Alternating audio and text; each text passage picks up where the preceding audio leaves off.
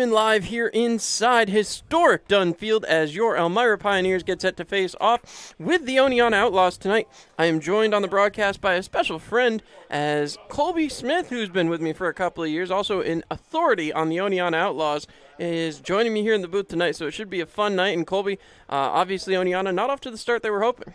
Well, yeah, but the big thing about the Outlaws right now, they come in off that win over Auburn on Saturday. Obviously, that game shortened due to rain, but they got 5.5 innings in, and the Outlaws got a good outing out of Dubois, who has really kind of been up and down here. I mean, the Pioneers have kind of had it. You look at Logan Jones, who finally got things on track on Sunday, but Dubois threw 104 pitches again, and he seems to be that guy at the top of the rotation for Joe Hughes. But tonight we're going to see a guy in Caven Finnegan who's really kind of settled the spot in there. Another guy from SUNY Oswego that Hughes brought in for the summer. Yeah, but you talk about those shortened games, and I want to go into that a little bit because it was some fun here on Sunday as your Elmira Pioneers, a 17-4 victory. That one got stopped as well, but not quite because of the rain. 14 runs coming over the course of a couple of short innings. The Pioneers really set themselves up for success and managed to work their way out in after the top of the seventh inning. Not a bad place to stop. Didn't have to waste extra pitching. That has to help out Coach Andy Drummond. Of course, getting the rain out yesterday just gave more rest to those bullpen pitchers as he takes a look at what looks like a very tough rest of the season. Well, and you can look at that Pioneers team on Sunday. You got to give the kudos to the patience at the plate. What was it, 16 total walks at the plate? I mean, the Tarps Guns pitching, yeah, maybe they had a little trouble finding the play, but the Pioneers certainly were patient at the plate. It paid off, and and you really have to give them their due credit on that. As it looked like they were looking for some help to try to find the plate. The umpiring crew certainly wasn't offering it. Almost could have been a blind seeing eye dog out there before they found the plate. It was a rough one, but the Elmira Pioneers managed to take advantage of that and get themselves a big win to tie in first place here in the West. Of course, Jamestown not going to be an easy foe during the rest of the season, although the Pioneers only play them 3 more times, which makes every matchup more important. And the thing about the Tarps Guns, too, that you got to take an eye at, both times Elmira's gone to Jamestown. Jamestown's won by 2 runs, 3 runs, but all 3 times Jamestown's come here, Elmira squeaked out victories in all 3 of those. So something about the Tarps Guns playing on the road. All their losses so far have come on the road. Well, that's very, very true. And, the Tarp Skunks, it might have something to do with those all-black uniforms. I have to say they certainly can't be the most comfortable there in the Sunday afternoon heat, especially here at historic Dunn Field. Now, as we've got a litany of games to get to tonight, a quick reminder that the Tarp Skunks, who are tied with the Pioneers, are in action against the Niagara Power. The Can USA foes, the Batavia Muck Dogs, also in action tonight against the Newark Pilots. So those are important matchups to be keeping our eye on. Obviously, we're getting towards the end of June, nearly to the halfway point of the season. The Pioneers need to keep themselves in that top echelon if they're going to make the playoffs at the end of July. Yeah, the thing about that, every game is super important if you think about the end of the season. Now you want to get those wins, so then you're not playing catch-up, you're not playing behind in late July when you're trying to slide into the playoffs for that first week of August. Well, you heard us talk with Coach Drum back earlier on this season. He had talked about a goal of winning 30 games in this season, and let's be honest, 30 games is a lot of games to win, but the Pioneers are a third of the way there, 10 big W's already. And, of course, what should be an easier part of the schedule, I mean, you look at the teams they're going to play. Niagara has had some trouble getting started. Newark has had a lot of trouble getting started. These Oneonta Outlaws, again, a lot of trouble getting started, but they're playing very tough competition out there in the East. So you look at these situations, these are games the Pioneers not only should win, but almost have to win at this point in the season if they're looking to carry themselves through. Talk about getting out of the gate late. You got to look at this Oneonta Outlaws team when you say that. They didn't bring guys. They didn't have all their guys at the start of the season. They still don't have all their guys, and the same thing goes for the Pioneers. So this is a game where you got 2 teams who kind of started out the season the same way, but looking at the Outlaws side of things, they still don't have all their guys in while the Pioneers continue to get reinforcements. So Joe Hughes is just hoping he can get a couple more guys in here over these next couple weeks and hopefully climb Oneonta back up the East Division standings. Well, as you take a look at the umpiring crew who's made their way out here, we certainly recognize the man who's going to be behind the dish tonight. Very deliberate strike zone calls, and it doesn't deviate too much. too much as he pulls out a Gatorade and sets it down next to the plate. That's a interesting strategy. So once again, both managers coming out here and having a conversation, ruining some of that beautiful batter's box that's right down here below us. Of course, this field was in rough shape here a little bit earlier on today, so a huge shout out to the Pioneers and, of course, the intern staff who got this field in playable condition and are ready to play here tonight. A 7:05 start time. That's just 10 minutes from now, so the Pioneers look to be ready to go, and hopefully they'll be able to respond and have a heck of a game here. As I keep looking down the line, that foul line a little bit dicey down the right field side. I don't know about the left field side, but it does look a little bit hard to see, so we'll have to keep an eye on if that has an impact here tonight. Well, yeah, what's up with the foul line not stretching all the way down to the foul pole on both sides?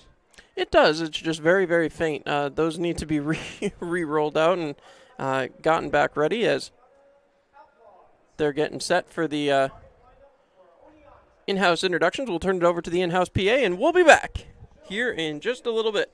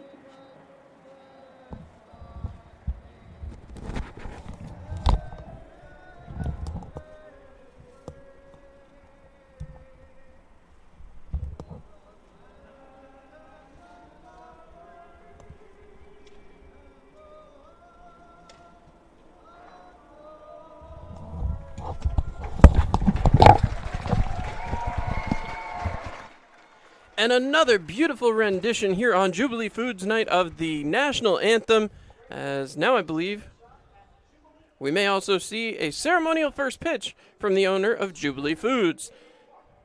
Dave Marks getting set. As I said, a beautiful rendition of the national anthem. The guy can sing. He certainly can. But now it's time to take a look at the Pioneers starting pitching, and a little bit outside, but not a bad first pitch here for Dave Marks. So thank him so much for coming on out and being a part of tonight's ceremony. Of course, the Pioneers pitching tonight will be on the hook and trying to get things started in the best way they can, is stepping up and going out. Holden Wilder, he's 1-1 on the season. Two games started as well. 7.0 ERA, 9 innings pitched, 15 hits, 8 runs, 7 of them earned, and a base on balls to his line score. Not exactly where he wants to be, but certainly we've seen him pitch very effectively here early on as well. Well, he's another one of those guys who's had his ups and downs. He's seen the Batavia Mutt Dogs 2 times, then roughed up once a little bit up there in that big loss a couple weeks ago, and then he came back here and he struggled a little bit against the Mutt Dogs as well. The one thing you got to watch about Holden Wilder, if he can get those breaking pitches finding his zone early, then you'll know he's on. But if he's struggling with his command early, then you'll know it. You certainly will, but hopefully the Pioneers will be able to get in a quick game here tonight. A couple days ago in Jamestown, they were able to get through just a little over 2-hour game. You don't see that one very often here in the PGCBL, but Jamestown and Elmira went pitch for pitch almost, as now we get the first throwdown here as Montgomery settles in on second base. Quick throw down from Shore, and Montgomery with the hot hand out there. He has been something special to watch out there at shortstop this season. A perfect fielder out there so far this season, too. He got the hot bat, got the hot-handed short. You can't ask for anything better. As Paul Tomorrow comes up to the plate right now. Shortstop here tonight for Oneonta. Tell us a little bit about this hitter there, Colby. Well, Tamaro comes in, 297 average, hasn't hit a home run yet, 2 RBIs, guy who walks a lot. As that first pitch in there for a strike on the inside corner. Tamaro comes into this team from SUNY Oswego. There's 4 guys from Oneonta on this SUNY Oswego Lakers team. As the next pitch, cut on, drilled up the middle, playable, as it'll be thrown over quickly, and in time So there's the first out here in the top of the first inning, as tomorrow we'll go back to the bench and be looking for some better success tomorrow. As a beautiful play there from Emmeline Pitre, as I was corrected earlier. Gotta say, he juggled that ball just a little bit and made that play a lot closer than it should have been, trying to get that ball over there. As Keone Coloma comes up, he takes ball one a little bit high. And now to set the defense on the Elmira Pioneers side of things, left to right in the outfield going to be Chris Ayrton, Jeff Mejia, Don Popa. And on the infield from first to third, Bobby Marsh, Emmeline Pitre, Donovan Montgomery, Justin Taylor with Shore behind the plate. As there's the first strike of the at-bat. 1 ball, 1 strike, 1 out. That is our first Tioga Down showdown here in the top of the first inning. As there's strike 2. 1 ball, 2 strikes. It appears Oneonta is going to come right after these Pioneers pitchers. We'll have to see how that strategy pays off. Getting back set. Coloma waits. The pitch. Cut on and fouled away. That one will get out of the park, so we want to remind you to make the right decision. Insist on our good friends at Diamond Collision. Well, the Outlaws taking the same strategy they did when they were down here a couple weeks ago, jumping on Chris Mattoon for everything. Then strike 3, as that will be swung on and missed. So 2 quick outs here for the Pioneers defense, as A.J. Geich steps up. Geich, a guy you'll see with a lot of speed, a lot of bat power too. He's put 2 balls out of the park, and both of his home runs have come on the road this season.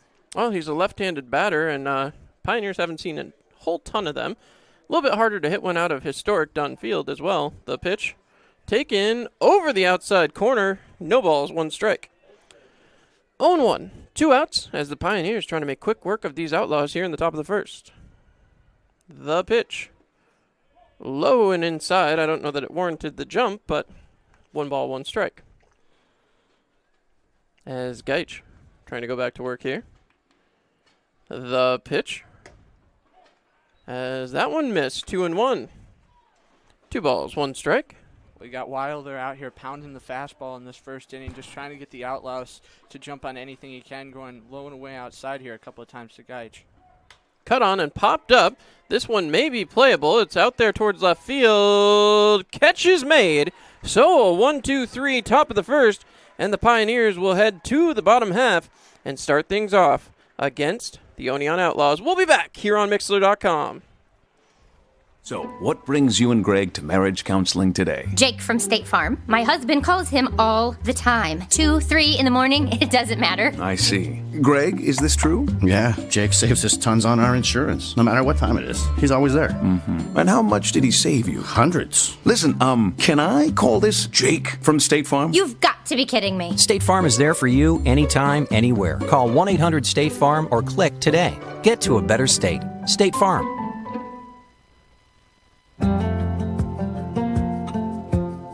It's another day in the Twin Tiers. And for most of us, it's just another day on the job. Taking care of our neighbors, helping out our coworkers, and making our community a better place for all of us. When you love what you do and really care about the people you serve, you do it well.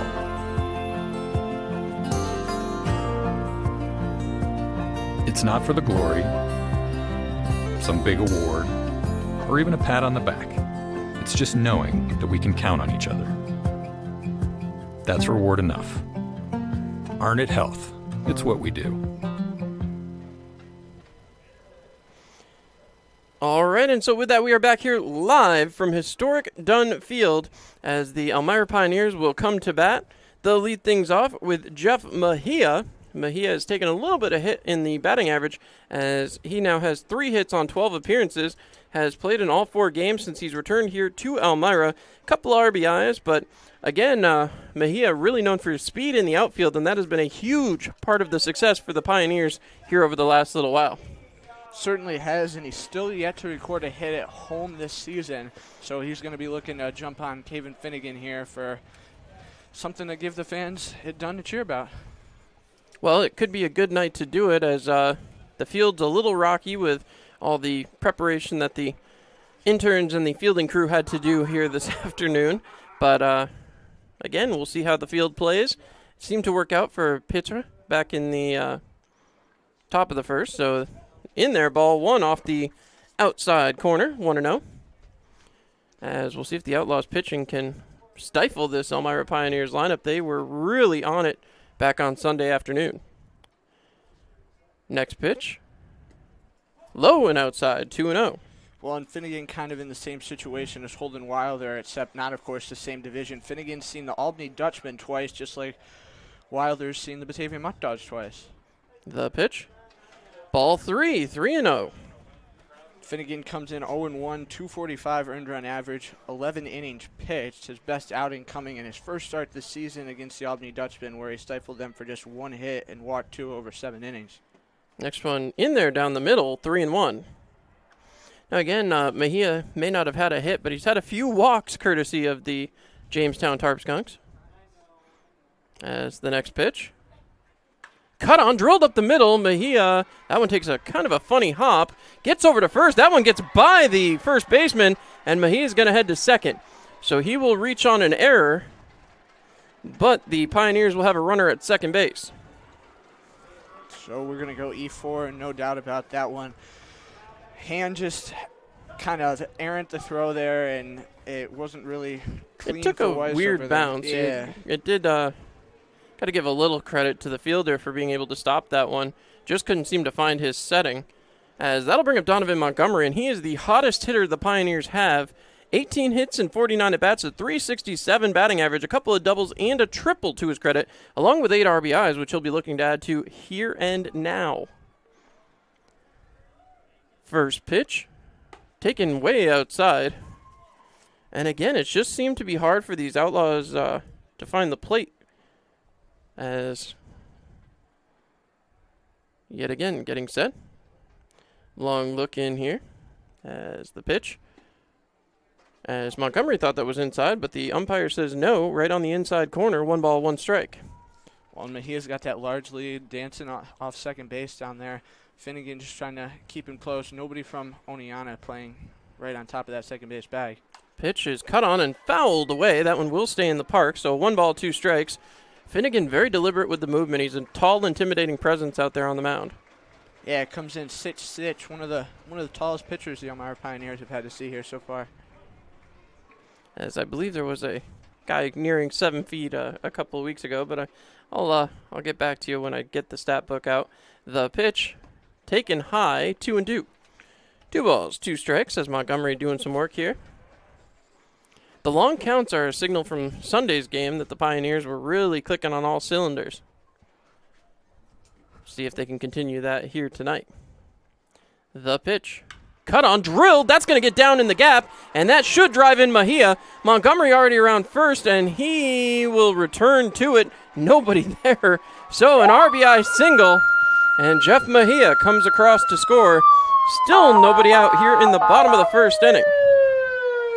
Well, and this is exactly what you saw when the Outlaws were here the first Saturday of the season. The Elmira Pioneers jumped on Oneonta early and didn't look back in that game, cruising to a win by 5 runs in that game. The Outlaws historically have trouble when they come down here to Dunn Field. They certainly do, as now Cam Hill, the designated hitter, will step back in. Hill on the year, 346, 18 for 52 as a quick throw over to check on Montgomery. As now again, check Montgomery. He's got 5 stolen bases, only caught stealing once. As Hill, again, as I was saying, double, triple, and a homer to his credit as he drills this one towards the right side of the infield. A little bit of trouble on the plate for the second baseman, and in time. So Hill does advance the runner to second, but also creates the first out here in the bottom of the first inning. Well, Jacob Hand covered a lot of ground on that play, I got to say. He was right set up behind that second base bag, ran all the way over about 3/4 of the way to first to make that diving stop. And even though it wasn't exactly the cleanest play, the bounce that took, again, you see the field playing as a major factor here in this first inning. As now again, a 1-0 score for the Pioneers. They have a runner back in scoring position as Ben Shore heads to the plate. Waiting on the first pitch. Cut on, drilled out there towards right field, and that will get into the bullpen. No balls, 1 strike. 1 out so far here as Ben Shore batting .250. He's 12 for 48, has a double to his credit, 11 RBIs, if you can believe that. Ben Shore has been fairly successful since arriving here in Elmira. In fact, most of the Auburn players have been, as a matter of fact, as that one's fouled off, 0-2. Well, and he had that day off on Sunday when they took on the Jamestown Tarps gun, so now he's had 2 days off in a row, so he's gunning to get back out there and make something happen here tonight. As you can see, he's certainly not unwilling to take the bat off his shoulder. He is coming out hacking. And Montgomery begins to take a lead out there. We'll see what Shore can do here. Very deliberate pitching style from Finnegan. As he sets, delivers, cut on, drilled out here towards right. That is up, and the right fielder makes the play. Montgomery will head for third on the flyout as the Pioneers now have 2 outs here in the bottom of the first, but do have a runner 90 feet from home. Well, and that whole sequence kind of reminds me, not sure if you watched Braves-Mets game 1 of that doubleheader last night, but that whole sequence kind of reminds me of the first inning last night when the Mets managed to get a run around with no hits in there. They got a runner on courtesy of a walk, and then they just advanced him with a ground out, a sacrifice fly, and then you did have a wild pitch in there, but that's kind of resemble it here what's happening. Oh, we'll see if a wild pitch. I'm not sure. Finnegan's been pretty spot on with location so far as Popa drills that one back up the middle. Tough play for the shortstop. He tosses it over, and it's in time. So the run will not come across to score. There will be 1 left stranded. The Pioneers will head to the top of the second to play some defense with a 1-0 lead. You're listening to Pioneers Baseball here on Mixlr.com and YouTube Live.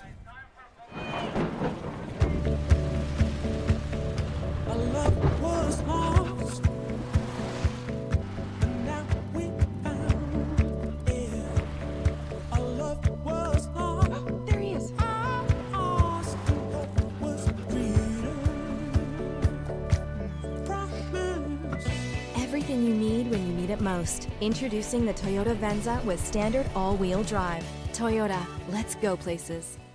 New Extra Charge Hot and Iced Coffee from Dunkin' is made with 20% extra caffeine from green coffee extract because we could all use a little extra this year. Whether that's an extra boost, some extra boldness, or the drive to go the extra mile, we're extra ready for whatever comes our way and extra excited to take it on. Let's get it done with new Extra Charge Hot or Iced Coffee from Dunkin' with 20% extra caffeine. And pair it with snackable stuffed bagel minis for an added all-day boost. Order ahead on the Dunkin' app. America runs on Dunkin'. Price and participation may vary. Limited time offer. Hi, this is Marian Decker, and at the Decker Agency, we've got over 34 years experience in helping our clients get the best insurance coverage possible. We're local and we're trusted. We've built our business on the idea that customers should be treated like family. At the Decker Agency, we offer free quotes and consultations. Our clients can build their coverages to best suit their needs and budget. Please stop into our office at 416 East 14th Street in Elmira Heights or call us at 607-734-1100 to schedule your free consultation today. And like the Marian M. Decker Agency LLC on Facebook. At the Decker Agency, we help you protect what matters most. All right, and with that, we are back here live from historic Dunn Field as the Pioneers go back to the field. Holden Wilder having a great start here. We'll have to see what he can do here in the top of the second inning. Colby, give us some insight on the next man up, Ryan Weiss. Well, Ryan Weiss is a guy who's coming off a big game up at Auburn on Saturday. Of course, as we mentioned earlier on, a rain-shortened game, but Weiss picked up a big RBI that was ultimately the tying RBI in that game for the Oneonta Outlaws, kept their rally alive in that 5th inning where they'd tack on the runs that would give them the lead. In their first strike, 0-1. Weiss, .364 average on the season, second on this Oneonta Outlaws team, only behind Keaton Mark, who stayed back in Oneonta tonight. Second pitch, driven out there towards Petra. Throws over to first, and it's in time. So, first out of the inning. Well, and Petre took his sweet time on that play. I mean, he had a lot of time. Weiss, not a guy who runs very fast, a guy who's bigger in stature, but Petre sure took his sweet time getting that ball over there to first, but ultimately a good read there after struggled a little bit in the top of the first on the one that bounced to him. As the next man up, the pitch, taken for a ball. Baylor Cobb, the extra hitter, up now, a guy who strikes out at a high clip. 13 strikeouts so far this season, just a 184 batting average, but continues to sit fifth in that order. Big swing on that one. 1 ball, 1 strike, 1 out. A Tioga down. Showdown. And the big thing that Joe Hughes looks at with Baylor Cobb is his bat speed and his agility to get around the bases. As a pitch drilled out there towards right, maybe playable. The catch is made. So 2 outs now here in the top of the second inning. Can't ask for much more than this. The Pioneers really getting them down in order. Well, next man up. Oh, sorry. No, you're good. If you can get a big night out of Holden Wilder tonight, that would be huge, especially with this sequence that the Pioneers have had here, 2 off days in 3 days. Getting a long start from your starter here tonight would go a long way with games the rest of this week, too. As Brendan Harris steps in. Certainly an intimidating presence there in the right-handed batter's box. The pitch. Cut on, drilled out there towards center. This may be another 1-2-3 inning. So we head to the bottom of the second. The Pioneers still leading 1-0. When we come back, the Pioneers back up at the plate. You're listening to Pioneers Baseball here on Mixlr.com. Give me a blue light lime. Yeah! Grapefruit. Blood orange, blueberry. Got it. Oh! Barry, you son of a bass. We've been through this. No thumbs. Just yanking your hook. Oh, good. When you're at the lake, you drink Labatt. That's lake law.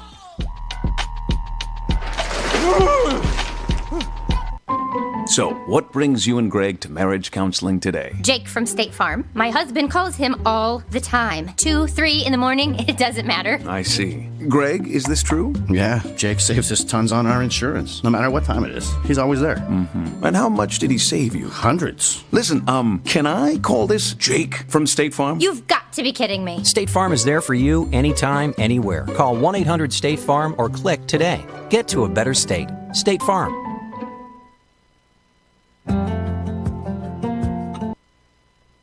All right, and welcome back in here live to historic Dunn Field as the Pioneers will be the next man up to the plate. And, of course, they worked a little bit through that starting lineup as Emilien Pitre comes up, and he will be taking over here at the plate.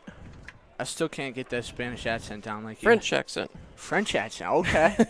Out of Quebec. So, and of course, he's been a strong player for the Pioneers so far. Those couple of plays at second base already, as that's in there. No balls, 1 strike. As Emilien gets back up. He is 5 for 27 right now, as that's in there for strike 2. His defensive side has been absolutely stellar. Again, he's had to sit out for an entire year due to the Canadian lockdown. As the pitch, taken outside, 1-2. Well, and he's another one of those guys, strikes out at a high clip, but he's come up with a couple of big hits so far this summer for the Elmira Pioneers. You just look back at that game 9 days ago against the Geneva Red Wings. As that's in there for strike 3, as you called it, Colby. He strikes out, and the Oneonta Outlaws get the first out here in the bottom of the second inning. That's going to bring up Bobby Marsh, who's been certainly impressive. And, Colby, want to give you a chance to shout out anybody back at home you'd love to mention on the broadcast? Well, huge shout out to my mom and dad here tonight, listening back in Oneonta. So, yeah. Anyone special? My mom and dad. Okay. Yeah. Well, thank you so much, and again, for being here. As now Bobby Marsh steps back in. 1 out. Bobby Marsh, another one of those guys, highly touted out of Pennsylvania. As he cuts on the first thing he sees and drills it into the gap, he is going to have the second hit of the night for the Pios. Well, if you can get a guy like that going 7th in your order, then you know you've got some depth up and down. You got guys hitting behind him in Chris Erickson and Justin Taylor. Erickson's been money here lately for the Pioneers. He's a guy who you saw was one of the major guys working deep counts against the Jamestown Tarpscunts on Sunday, and if you can do that tonight and keep this Pioneers offense rolling, then... Well, 13 for 43. I don't know if you need deep counts, as we just saw the first pitch he saw. Marsh put it right in the right spot. Of course, Jamestown's outfield was certainly quick and speedy, and we really recognize that, but we'll see if the Pioneers can keep that ball moving around the confines of historic Dunn Field. Taking ball 1 is Erickson. One of the other things, and I've certainly mentioned it quite a bit, is the ability for Erickson too, as he's in there safe on the throwback over. Marsh able to scurry back, but Erickson, his ability to steal a base, though he's only done it 3 times so far this season, he has been speedy, and 2 of those back-to-back. He stole second, the next pitch he stole third. The pitch to Erickson, high and outside. 2 balls, no strikes. Well, those Sienna kids, they love to run. Him and Donovan Montgomery, they make a team out there on the base path.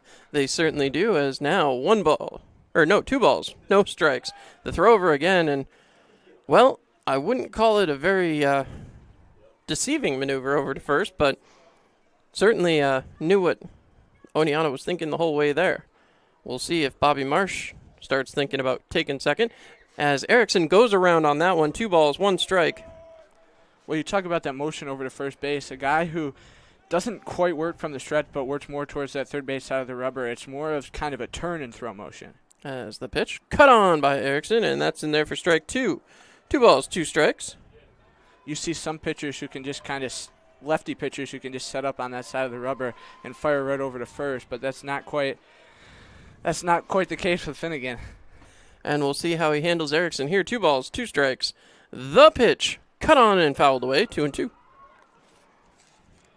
Erickson, another one of those guys, the bottom of the Elmira Pioneers order, who's come up with some big hits, 7 RBIs. So a tie with Bobby Marsh for third on the team behind Cam Hill and Donovan Montgomery has surely been an excellent 2-3 tandem for the Pioneers. Well, the impressive part, Marsh really just getting here a little under a week ago at this point. Swing and a miss, strike 3, as Erickson goes down on strikes.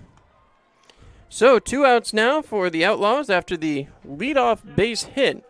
And that is going to bring up Justin Taylor, the third baseman.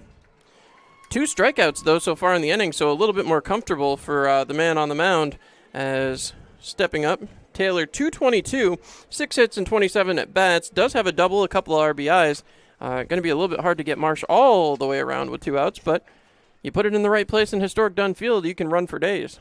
The pitch cut on, drilled out there towards left center, racing back the center fielder. It's over his head. That's going to bounce off the office equipment sign. And speaking of, no, they're going to blow this one dead. So Marsh is going to be sent back to third. It does look like Marsh will go back to third. I'm not sure what the... It looks like the ball's stuck out there. There's definitely he something didn't even go into the... I don't know what's happening here. We'll have to wait and see. Justin Taylor's still rounding the bases here. Why not? And now he's walking towards the plate, and they're still trying to figure out here. They see the ball now, which is where it was originally. He goes and gets the ball. That's what I'm... It isn't prohibitive, but...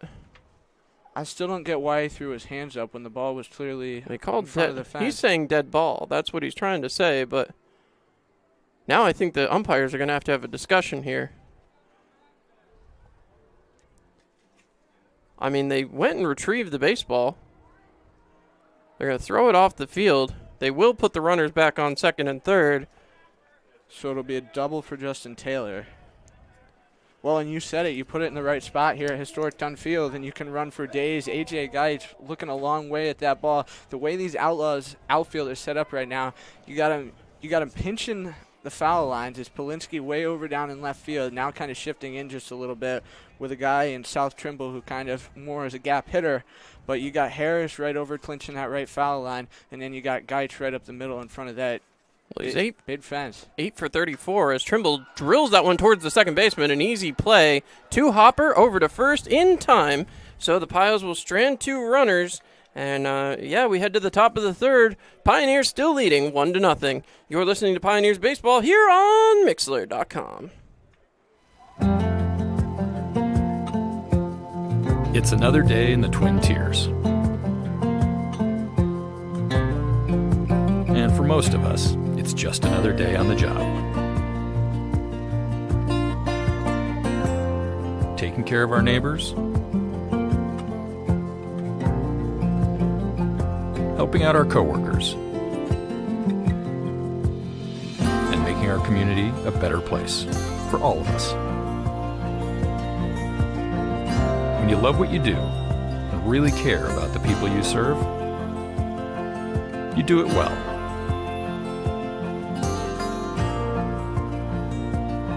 It's not for the glory, some big award, or even a pat on the back.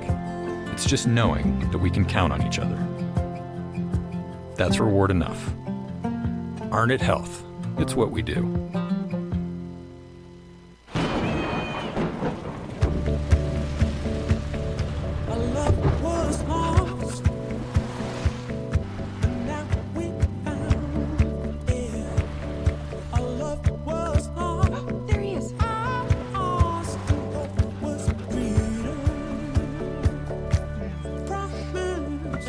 Everything you need when you need it most. Introducing the Toyota Venza with standard all-wheel drive. Toyota, let's go places. New extra. All right, well, the Toyota Venza taking you places and the Elmira Pioneers being stuck at second base. So, the throwdown as we go into the third inning of work for Holden Wilder, and I'll tell you, he's been beyond effective so far here tonight. Well, and he's going to face a tough part of the Oneonta Outlaws order, too. The guy who you've been calling second base out there tonight all night long, Jacob Hand, going to be up here to lead things off for the Oneonta Outlaws. As Hand will step up. Harris, who made the final out there back in the top of the second. It's been 1, 2, 3 innings so far, all the way through for the Pioneers pitching staff, as Wilder throws that one in there, fouled away, strike one. Hand hitting .286 since coming into this Oneonta Outlaws team. Began the season hitting at the top of that order, but more of a contact hitter. Joe Hughes moved him down, set him up 6-7 in the order. Tonight hitting 7th. As the pitch from Wilder, whose name is inscribed on the back of the mound. Like to see that. The team really getting behind him and literally behind him as his name Boom chick printed right there. The pitch taken a little bit low, 2-1. Seemed like a pitch that just didn't break back in the zone the way he wanted. Well, I don't see too many rising pitches, but the pitch taken for a strike, 2-2. Well, another fastball there to pick up that strike.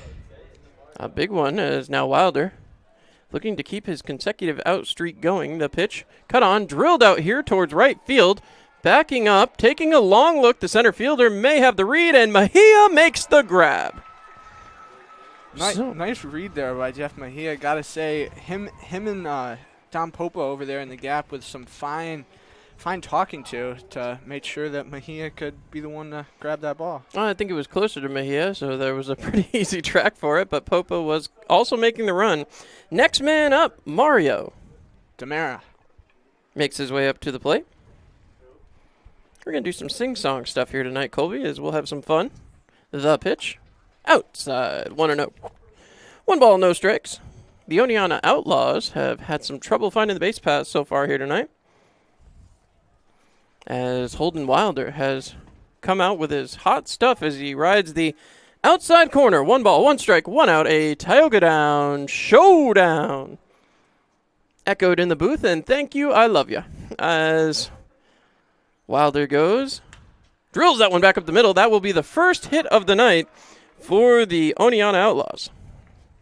Well, and that's just what the Outlaws wanted. Demera, a guy who shares third base with Brendan Harris, and with Keaton Mark not being here tonight, shifting Harris out there to right field, Joe Hughes had no choice but to play Mario Demera at third base, and a guy who can get around well over there, playing the hot corner, and can also get a hold of balls every so often. Has struggled a little bit here to start this summer, but obviously breaking through there, giving the Outlaws a base runner with 1 down. I was about to mention the bat that he left laying there on his way to first, but Gunnar Johnson did finally see that one. So, as again, getting back set, Holden Wilder, his third inning of work here, misses the plate. 1 ball, no strikes. Well, in the catcher spot, a spot on this Oneonta Outlaws roster that hasn't been very productive at the plate so far this summer, combined with Okamura, him and Johnson averaging just 180. As that's in there for a strike on the outside corner. 1 ball, 1 strike, 1 out. Another Tioga Down showdown. Stepping back in, Johnson. Looking to make contact here and obviously help out the Oneonta Outlaws, who trail by just 1. The pitch, cut on and fouled back, 1-2. Well, John, is there anybody special listening in tonight that you want to give a shout-out to as well? I don't believe so.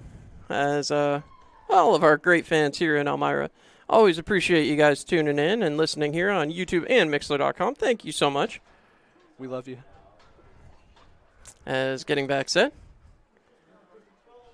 Wilder taking a long look. The pitch. Cut on and miss strike 3 as Wilder earns himself a K.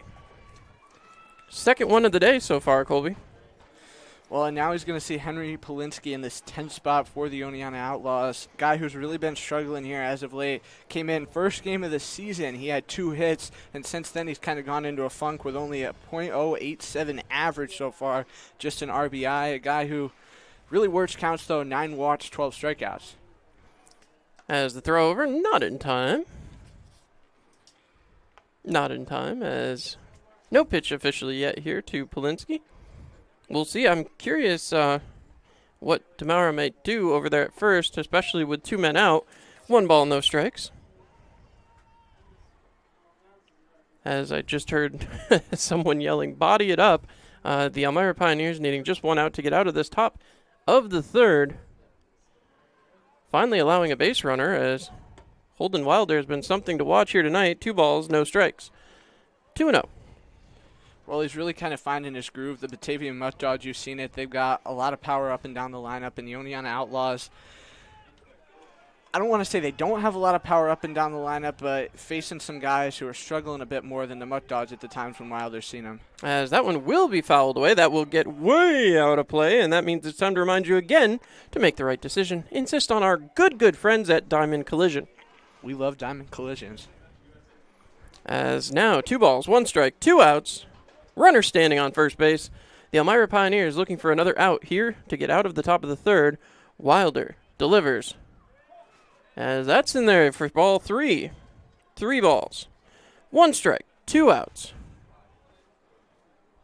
As again, stepping back in. A lot of lefties in the Oneonta lineup. That's certainly true. The most lefty-loaded lineup in that Eastern Division. The pitch taken. And apparently that was a ball, as Wilder looked like he wanted it, and the catcher certainly did. But a base on balls to the last man in the order, and that'll bring up Paul tomorrow. Well, I said it. Polinsky works deep counts when he's up there. That's going to be his 10th walk of the season. And now you send it back to a guy at the top of the order, and Paul Tamaro, who grounded out second to first his first time up back in that first inning. A guy who's not afraid to jump on just about anything he sees.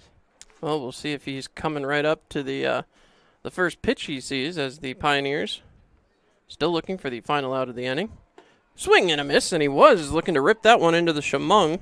No balls, 1 strike. He led the SUNY Oswego Lakers and hits this spring finish, hitting just north of 300 for that squad. And again, 4 SUNY Oswego Lakers on the Oneonta Outlaws team, and Tamaro, one of the guys that's super talented. The pitch, high. 1 ball, 1 strike, 2 outs. As again, Holden Wilder going to work. Nobody at work down in the Pioneers bullpen as of yet. You'd love to get some innings out of Wilder here early on. As now again, Wilder comes back set. Delivers. High and tight. 2 balls, 1 strike. Tamara having to duck down away from that one. Wilder's still pounding that fastball here in this 3rd inning. Been very fastball goal-oriented here so far in his outing tonight. Well, certainly working on the speed and the adjustment, and I think it might be just fastball-oriented. I don't know if that's the goal, or as yet again, the pitch from Wilder, high and outside this time. Well, everybody's got goals, John. It's just a matter of, the goal orientations. As again, Wilder getting back set. Wilder taking a long look as Tomorrow steps back in. 3 balls, 1 strike, 2 outs. Pioneers looking to get out of the top of the 3rd.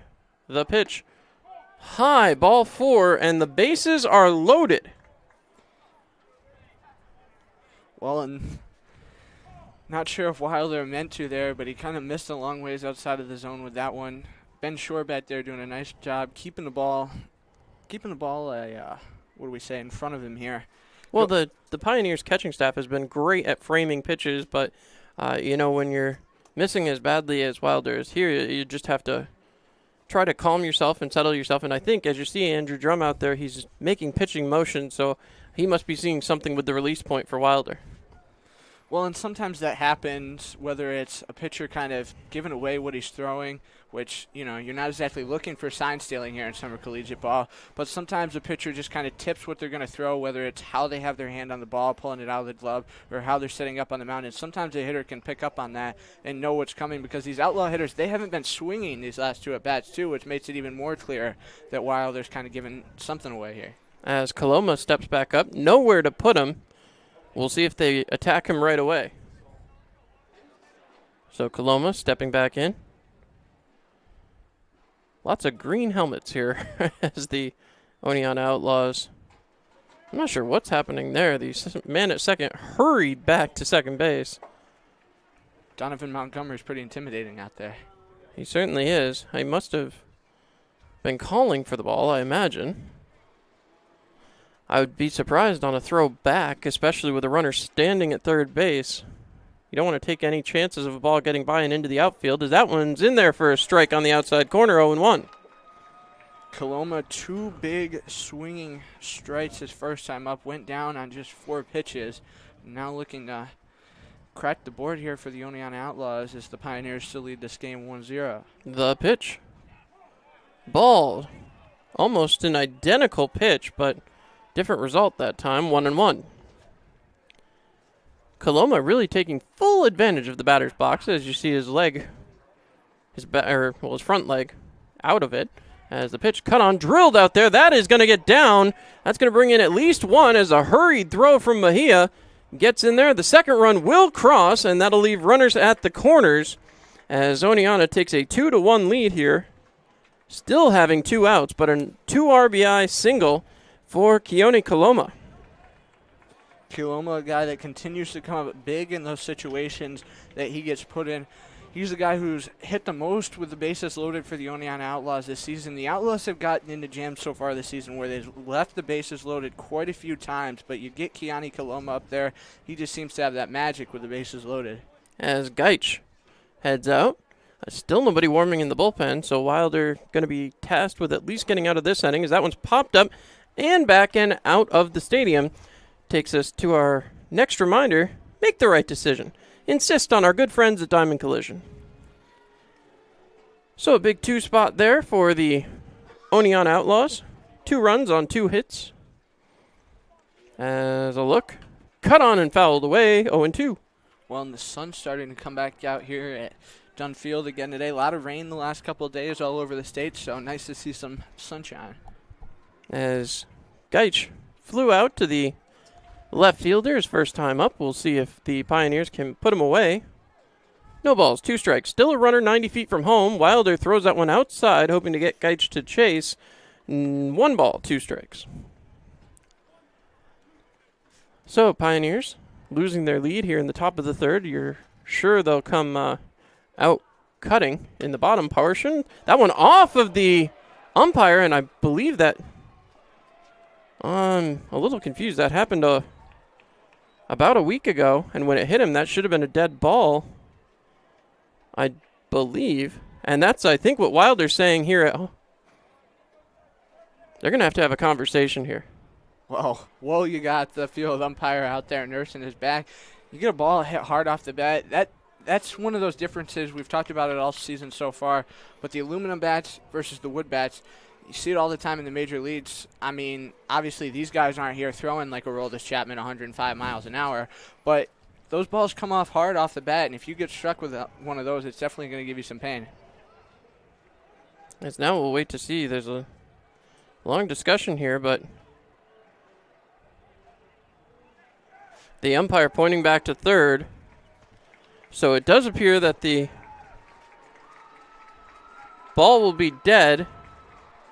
And I think now runners stand at first, second, and third, although the Oneonta manager arguing this call.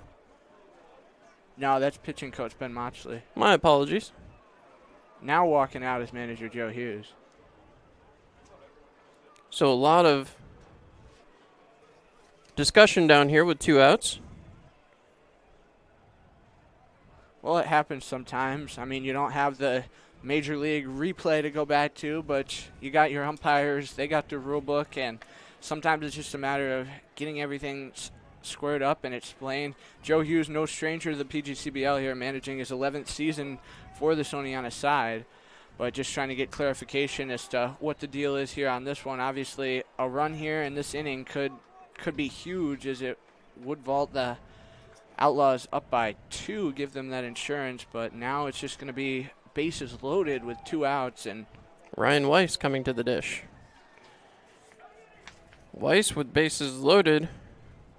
We'll see if he can produce here. But 3 hits now for the Oneonta Outlaws. Of course, the umpire helping a little bit there. Weiss has not had this situation yet this year. I'm not sure what the conversation is here. Is now the runner on second going over to third. But the runner from third is not going to come home. No, I'm not sure what the discussion is here. It hits off the umpire. And they immediately call it a dead ball.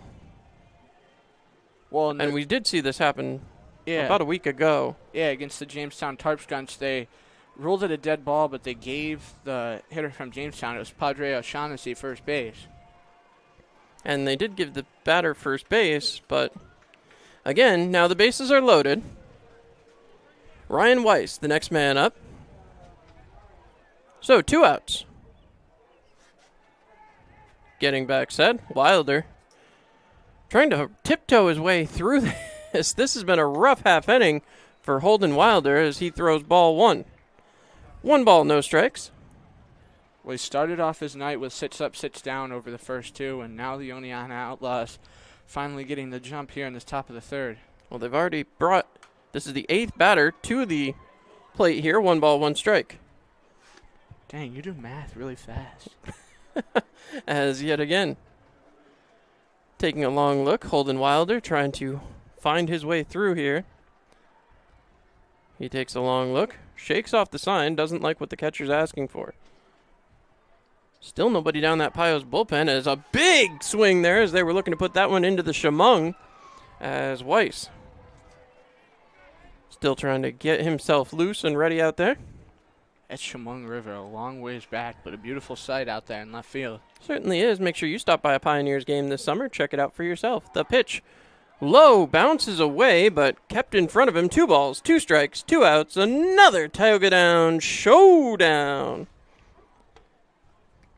As stepping back in, Wilder looking for 1 more pitch. He takes a look. Weiss. A little bouncy down there in that right-handed batter's box. The pitch. Taken for a ball. 3-2. 3 balls, 2 strikes, 2 outs.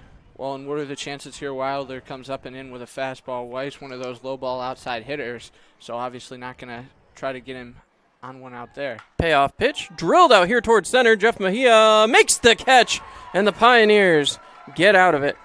So, head to the bottom of the third. Pioneers now trailing 2-1. They'll be looking for some revenge when we come back.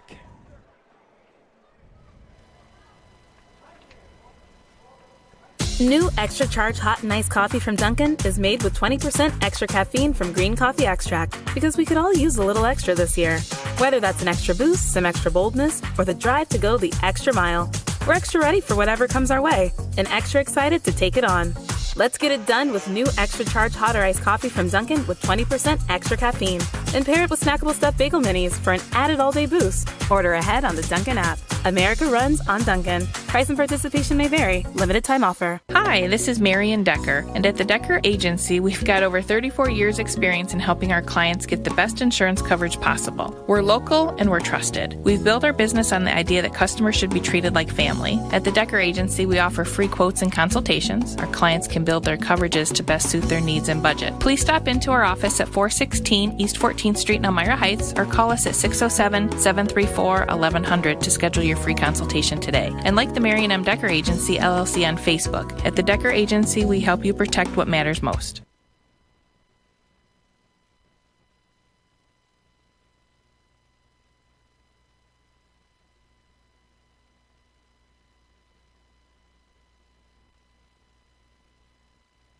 All right, and we are back and ready to go as the Pioneers going back to work here. South Trimble will lead things off. Or my apologies, Jeff Mejia will lead things off. Bottom of the third, and the Pioneers needing to get going here after falling behind in the top half of the inning. So, Mejia waits. The pitch. Cut on and missed. Mejia taking strike one. Well, it looked like he caught that one off the tail end of the bat. Mejia is still the lone run to score tonight for the Elmira Pioneers. As you mentioned, trailing 2-1 now in this game. The Oneonta Outlaws just getting the better of Holden Wilder in that top half of the third if you're just dropping by. And we thank you for tuning in as the next pitch taken for a ball, 1-1. Mejia certainly has a good eye down there, and you hope he can utilize it here to his advantage. Pioneers needing to get right back against these Outlaws. And that's in there for a strike, 1-2. Not going to see much better than that. So, Mejia steps back in. A long look here as the pitcher going right back to his windup. Cut on and missed. That one was dropped. Mejia hustling down to first. Will not get there as it'll be a strikeout, throw him out. So Mejia goes down on strikes, and that'll bring up Donovan Montgomery. Had a single and an RBI back in the first inning. Montgomery continues to, every time he walks up to the plate here at Dunn Field, get a big hand. These fans at Dunn know who their star is. Well, he's certainly been impressive. I think there may have been a little bit of a gaffe there in the intermission. I think a lot of people went down to the concession stand, as that's in there for a strike, 0-1. Yeah, you always got to get excited for the Papa John's pizza and the Salines hot dogs. Oh, the Salines hot dogs. I'll tell you what. The pitch. Taken for a ball. 1 ball, 1 strike, 1 out at Tioga Downs Showdown. Always got to give a thank you to our friends at Tioga Downs. Even count with the outs. And that's how we set it up like the slot machine. The pitch high and outside, 2-1. Don't forget to check out their great new sports book, too, if you're of age, just as a reminder. Well, yeah, that's kind of important. A little bit. As the pitch. Montgomery cuts on that one. 2 balls, 2 strikes. And now the DJ next door trying to get everybody riled up and hopefully find the Pioneers some hits. They haven't had much solid contact here tonight. Just 3 hits as the pitch taken for ball 3, 3-2. It's a full count. Most solid hit was that Justin Turner double that rolled all the way to the fence out there under the Jubilee Food sign and left center of the last half inning. Here on Jubilee Foods tonight, certainly appropriate. The pitch cut on, drilled down the third baseline. That's going to stay fair. Montgomery hustling as the first baseman came off the bag, and that will be, well, I don't know. We'll see how they rule it here. E5. They do rule it an E5, so Montgomery reaches on the error. And the Pioneers have a base runner with 1 out. Cam Hill stepping up. A little surprised. I thought we might see an argument there from Oneonta, as it appeared the first baseman caught it, but he was coming off the bag. I just, without an instant replay here, I think it'd be hard to judge that one, Colby. Certainly would. Cam Hill getting set. The pitch. Taken right down the middle. 0-1. As we said back in his first at-bat, Cam Hill has been something special to watch here early on. His ability on the mound only rivaled by his ability at the plate. The throw over, and Montgomery, well, he was about a foot off the base by the time the throw came over. I talked about that very descriptive pitching motion that the pickoff play has out there on the mound, but as you said, Colby, really more of a turn. As the pitch comes in, a little bit low for a ball, and Montgomery steals a base standing. 1 ball, 1 strike, 1 out, another Tioga Downs showdown as the Elmira Pioneers have a runner in scoring position. The speed of Donovan Montgomery never fails to impress. He stutter stepped too as he was going down to second. Still managed to get in there standing. The pitch drilled out here. This one should get in the gap, as that will fall in, as that goes. What? And again, they hold their hands up. I don't understand why. The umpire in the field does not say. Now he says it's a dead ball. I do not know what's going on here. The ball is up against the fence. Are they going to bring the Is there a rule here at Dunfield for playing underneath There the thigh? hasn't. I know it's been a little wet out there today due to the fielding conditions, but honestly, I really feel like this ball may be playable, and I think that's what the umpire is going out there to look at. He walks straight out there. I don't know. He tosses it over. So they're going to keep Cam Hill at first, but give the... No, Cam Hill's coming back to second. I think, are they giving the run? It looks like they're giving the run. I'm waiting to see what the official ruling is here. I do not understand why they keep calling that a dead ball. The umpire walked straight to it. The Outlaws walked straight to it before. I think there might be a conference coming here. Well, regardless if that run counts, it's going to be another RBI for Cam Hill, and he pulls himself back closer to team RBI leader Ben Shore. They're still dialoguing here. We'll see what they say. I don't know. Again, I just don't know why you wouldn't make the attempt to play it. Well, you mentioned it. Even looking at it from up here, it does look a little wet out there in left center field, but if these guys got their cleats on, I mean, I know you don't want to get injured. Obviously, A.J. Gage and Henry Polinsky, both big parts of this Oneonta Outlaws roster, but you'd think they'd make more of an effort to track that ball down out there. You'd think, but that'll bring up Ben Shore. Runner standing at second base. Again, it's confusing, but the next pitch, cut on and missed by Shore. As with one out, no balls, one strike. Pioneers now with 4 hits on the day. As getting back set. Shore waits. The pitch. Cut on and drilled out there towards center field. The center fielder has a read, makes the catch, and off and running Cam Hill heading for third base. He's going to get in there with plenty of time, so a fly out to center field does earn the Pioneers their second out, but they now have a runner threatening to score again. Well, and getting that runner around would give the Pioneers the lead in this game. We're now tied 2-2, bottom of the third inning, 2 outs, and Dom Popa coming to the plate here for Elmira. And Popa has been efficient at the dish so far as he comes up batting .286, 12 for 42, a couple of doubles to his credit too. If he can put something in a gap here and possibly roll it into a puddle, since that's apparently a dead ball now, that would help out the Pioneers with a ball, no strikes. Popa grounded out 6-3 back in that first inning with Donovan Montgomery stranded over there at third base. So the Pioneers certainly have had a couple of opportunities to add on to their 2-run score tonight. As now getting set, Popa waits, the pitch, taken, that's going to be strike one, 1-1.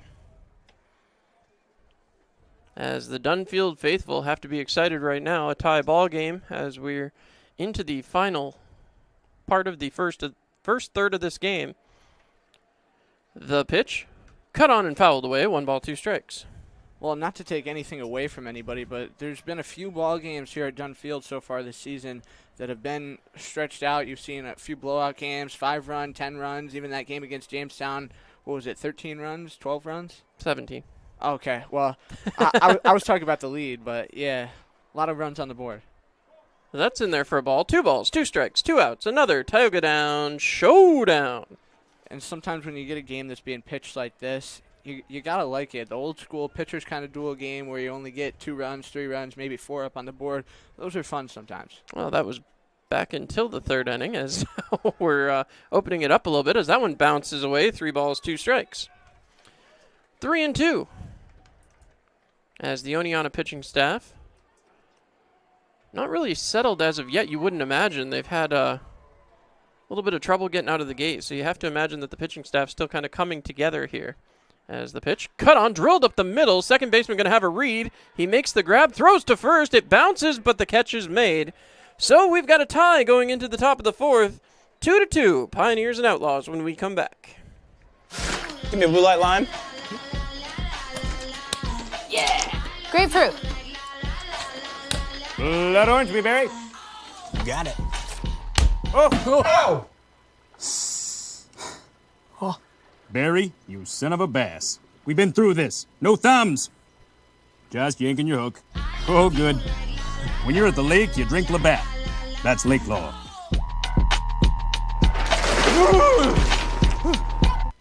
So, what brings you and Greg to marriage counseling today? Jake from State Farm. My husband calls him all the time. 2, 3 in the morning, it doesn't matter. I see. Greg, is this true? Yeah, Jake saves us tons on our insurance. No matter what time it is, he's always there. Mm-hmm. And how much did he save you? Hundreds. Listen, can I call this Jake from State Farm? You've got to be kidding me. State Farm is there for you anytime, anywhere. Call 1-800-STATE-FARM or click today. Get to a better state. State Farm.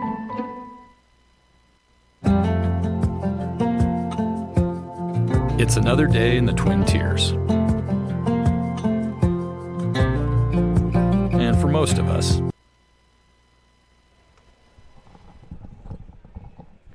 welcome back into historic Dunfield. We're getting set and ready for the top of the fourth inning. The Elmira Pioneers plating a run in the bottom of the third inning to knot this game up, and Holden Wilder going to be back out for his fourth inning of work. The Oneonta Outlaws 3 hits and 2 errors committed in the field so far, with the Elmira Pioneers 4 hits, and Baylor Cobb, the extra hitter, going to be up here to lead it off for the Oneonta Outlaws. Holden Wilder struggled back in that third inning, and he's certainly going to be looking to right the ship here in this fourth. You'd have to imagine he's got some confidence in the fastball. He's been throwing it quite a bit here tonight. The changeup and the off-speed pitches not quite working out the way he's hoping they will. It's going to be a big inning for him right here as he starts it off against Baylor Cobb, the extra hitter. Baylor Cobb flew out to right field his first time up back in the second inning, and going to be looking to spark this Oneonta offense, who came back to plate that 2-spot last inning. As a big swing and a miss there, going to drop him in the count, 0-1. You're seeing that a lot from the extra and the designated hitters coming off the benches during this early part of the season. They're coming out swinging and fully gassed. As the 0-1 misses low and away outside, and the count going to even up at 1-1 on Cobb. Baylor Cobb, a guy hitting just 172 over his last 5 games for the Oneonta Outlaws. Is the 1-1 pitch. Big swing and a miss, tipped off the glove of Ben Shore, and it's going to quickly be 1 ball, 2 strikes. Right where the Pioneers need to be, right in that strike zone, finding the pitches. Wilder certainly looking to eat up at least another inning, maybe 2, before he comes out of this one. And the shadow's starting to creep up the middle of the field. There's a 1-2, big swing and a miss, and Baylor Cobb going to be sent down here for the first out of the fourth.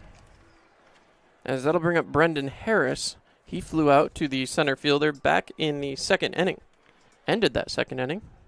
Harris, another guy who's got quite the bat for this Oneonta Outlaws team. 2 home runs, and again, both of them on the road. Just like Dunfield, Damaski Field, the Outlaws' home park, tough to hit a ball out of. Wilder comes set, fires it in there, hit off the barrel of the bat and back into the screen. It's going to be no balls, 1 strike on Harris. 2-2 score. Of course, the Pioneers out hitting the Outlaws 4-3. The couple of errors coming back to hurt Oneonta so far. Kick in the fire, and another foul ball popped up into the seats down the first base line. So Harris quickly down 0-2. Sounds like that one got out of the park, Colby, so maybe it's time to make a right decision. And insist on diamond collision. There you go. I'm getting it. Timeout called here. So Harris going to take his sweet time. He's another guy who had a big game against the Auburn Double Days on Saturday. Had the go-ahead RBI in that 5th inning. Is this one going to miss high and tight? 1 ball, 2 strikes. Well, you're certainly not going to lose these Outlaws. Those orange jerseys, very noticeable as they make their way around historic Dunfield. The 1-2 pitch from Wilder. Skipped away in the dirt there a little bit. 2 balls, 2 strikes. Ben Shore doing a nice job back there as always. You mentioned it before, but this Elmira Pioneers catching duo of him and Gil Murad has certainly been a duo to watch behind the plate this summer. It's some rumor there may be a third catcher entering the mix as well. The 2-2 shot up the left side of the infield. Got Donovan Montgomery to dive. Big turner on first from Brendan Harris, and he's going to stop there, and the Outlaws have a base runner with 1 down. As that'll bring up Jacob Hand, who led off the previous inning, flew out to center field, but was really the only one to have some major issues out there at the plate. The Outlaws really came to life last half inning. Well, and the strikeout to Gunnar Johnson and another strikeout by Ryan Weiss that half inning is Holden Wilder going to be looking for his second out this frame as he's going to get a swing and not a miss there, but a pop-up foul. Yeah, there we go. So 0-1 on the second baseman for the Oneonta Outlaws. 3 RBIs on the season so far, 2 of them coming at home in a game against the Socrates Stallions. 0-1. This ball might be playable over in foul territory. Justin Taylor running at it, and that's going to drop and hit the dugout roof of the Oneonta Outlaws, so no balls, 2 strikes. The dugout roof. I like it. I like it a lot. As Wilders comes back out, 0-2. Looks like Ben Shore trying to fix his jersey pant legs down there. Still no one down in that Pioneers pen. So I guess they're looking for Wilder to go deep tonight. Not something you haven't seen from him so far. As the 0-2 out towards right field, racing back on this one is Popa. He's not going to get there. This one's going to hit off the top of the wall, fall down in play. Turning second, heading for third is Brendan Harris. He's going to stop there. Chugging into second is Jacob Hand. And the Outlaws in business with 2 runners in scoring position and just 1 out. Well, not at all what the Pioneers were looking for there, as that one was left hanging, and that stand-up double, had everybody been running, would have been real trouble for the Pioneers. Well, and we were talking about it, tough to put a ball out of done field, and coming very close down that in the right field line. Mario DeMera now going to be up here, right-handed swinger for the Oneonta Outlaws. Going to be looking to give the Outlaws a lead in this ball game as we remain tied 2-2 with just 1 out. Wilder fires it in there, and another foul tip. DeMera quickly down 0-1. Well, DeMera, we talked about it, a single and came all the way around to score back an inning ago. Hard to believe that was only an inning ago, but the Oneonta Outlaws' bottom part of the order really got them started here. The 0-1 skips away from Ben Shore. He's going to have to race all the way back to the bat stop. Crossing the plate, Brendan Harris. Advancing to third, Jacob Hand. And the Oneonta Outlaws jump on top of this game, 3-2. 1 ball, 1 strike, 1 out. And it's a Tioga Down showdown.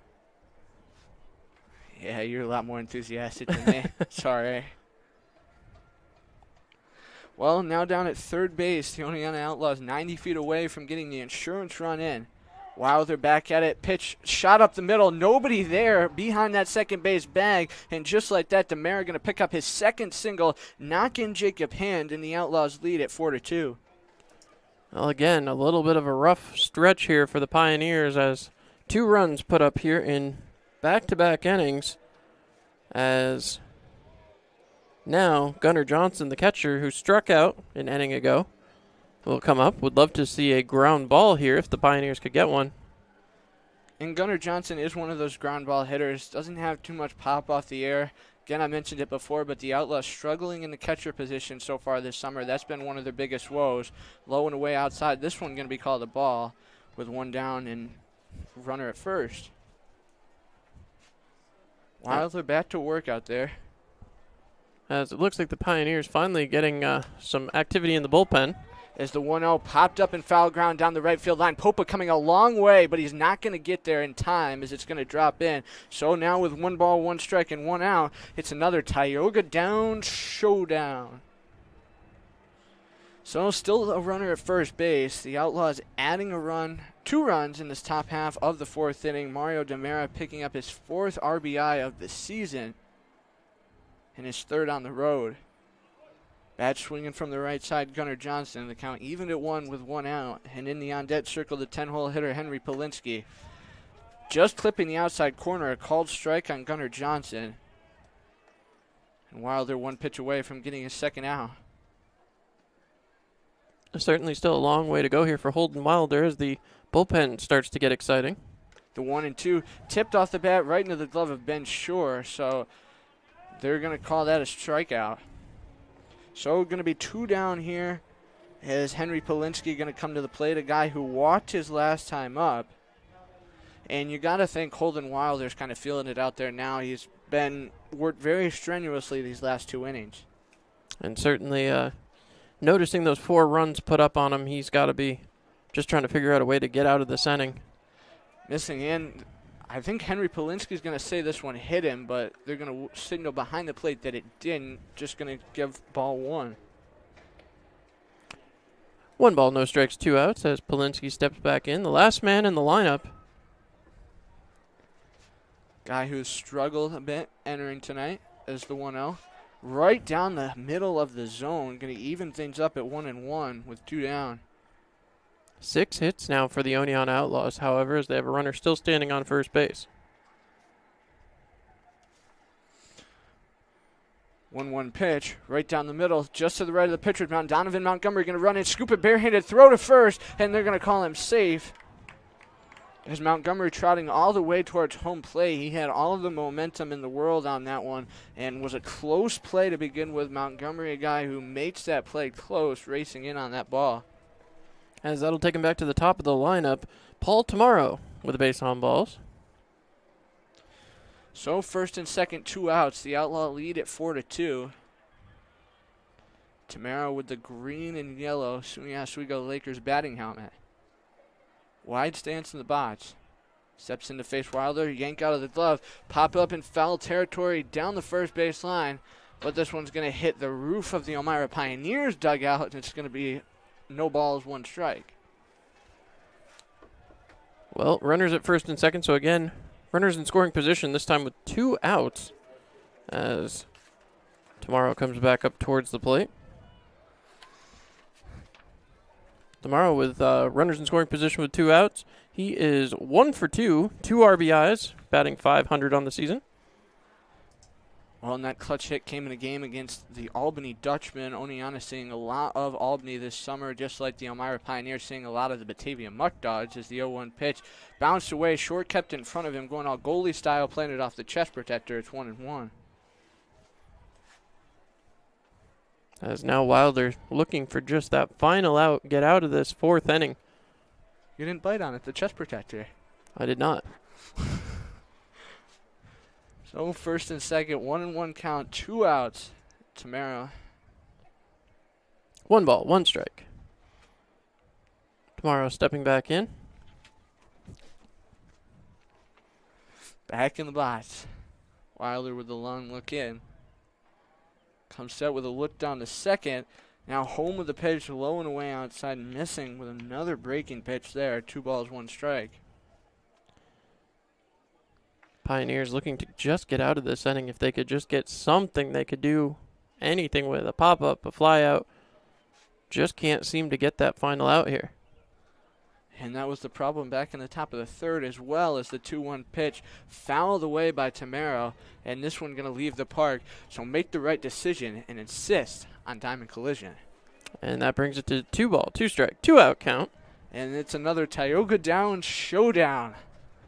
We're nailing the collision, we're nailing the showdown, all on the same pitch. Something special. Certainly is, as Holden Wilder getting set. And the 2-2 pitch, swing and a miss from Tamaro, and that's going to end the top of the 4th. The Oneonta Outlaws bring a pair of men around to score and leave a pair on base, and we head to the bottom of the 4th. Oneonta leading Elmira 4-2. It's another day in the Twin Tiers. And for most of us, it's just another day on the job. Taking care of our neighbors, helping out our coworkers,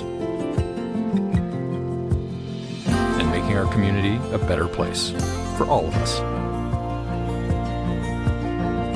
When you love what you do and really care about the people you serve, you do it well.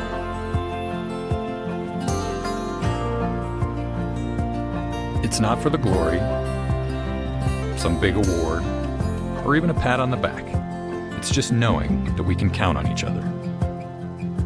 That's reward enough. Arnett Health. It's what we do.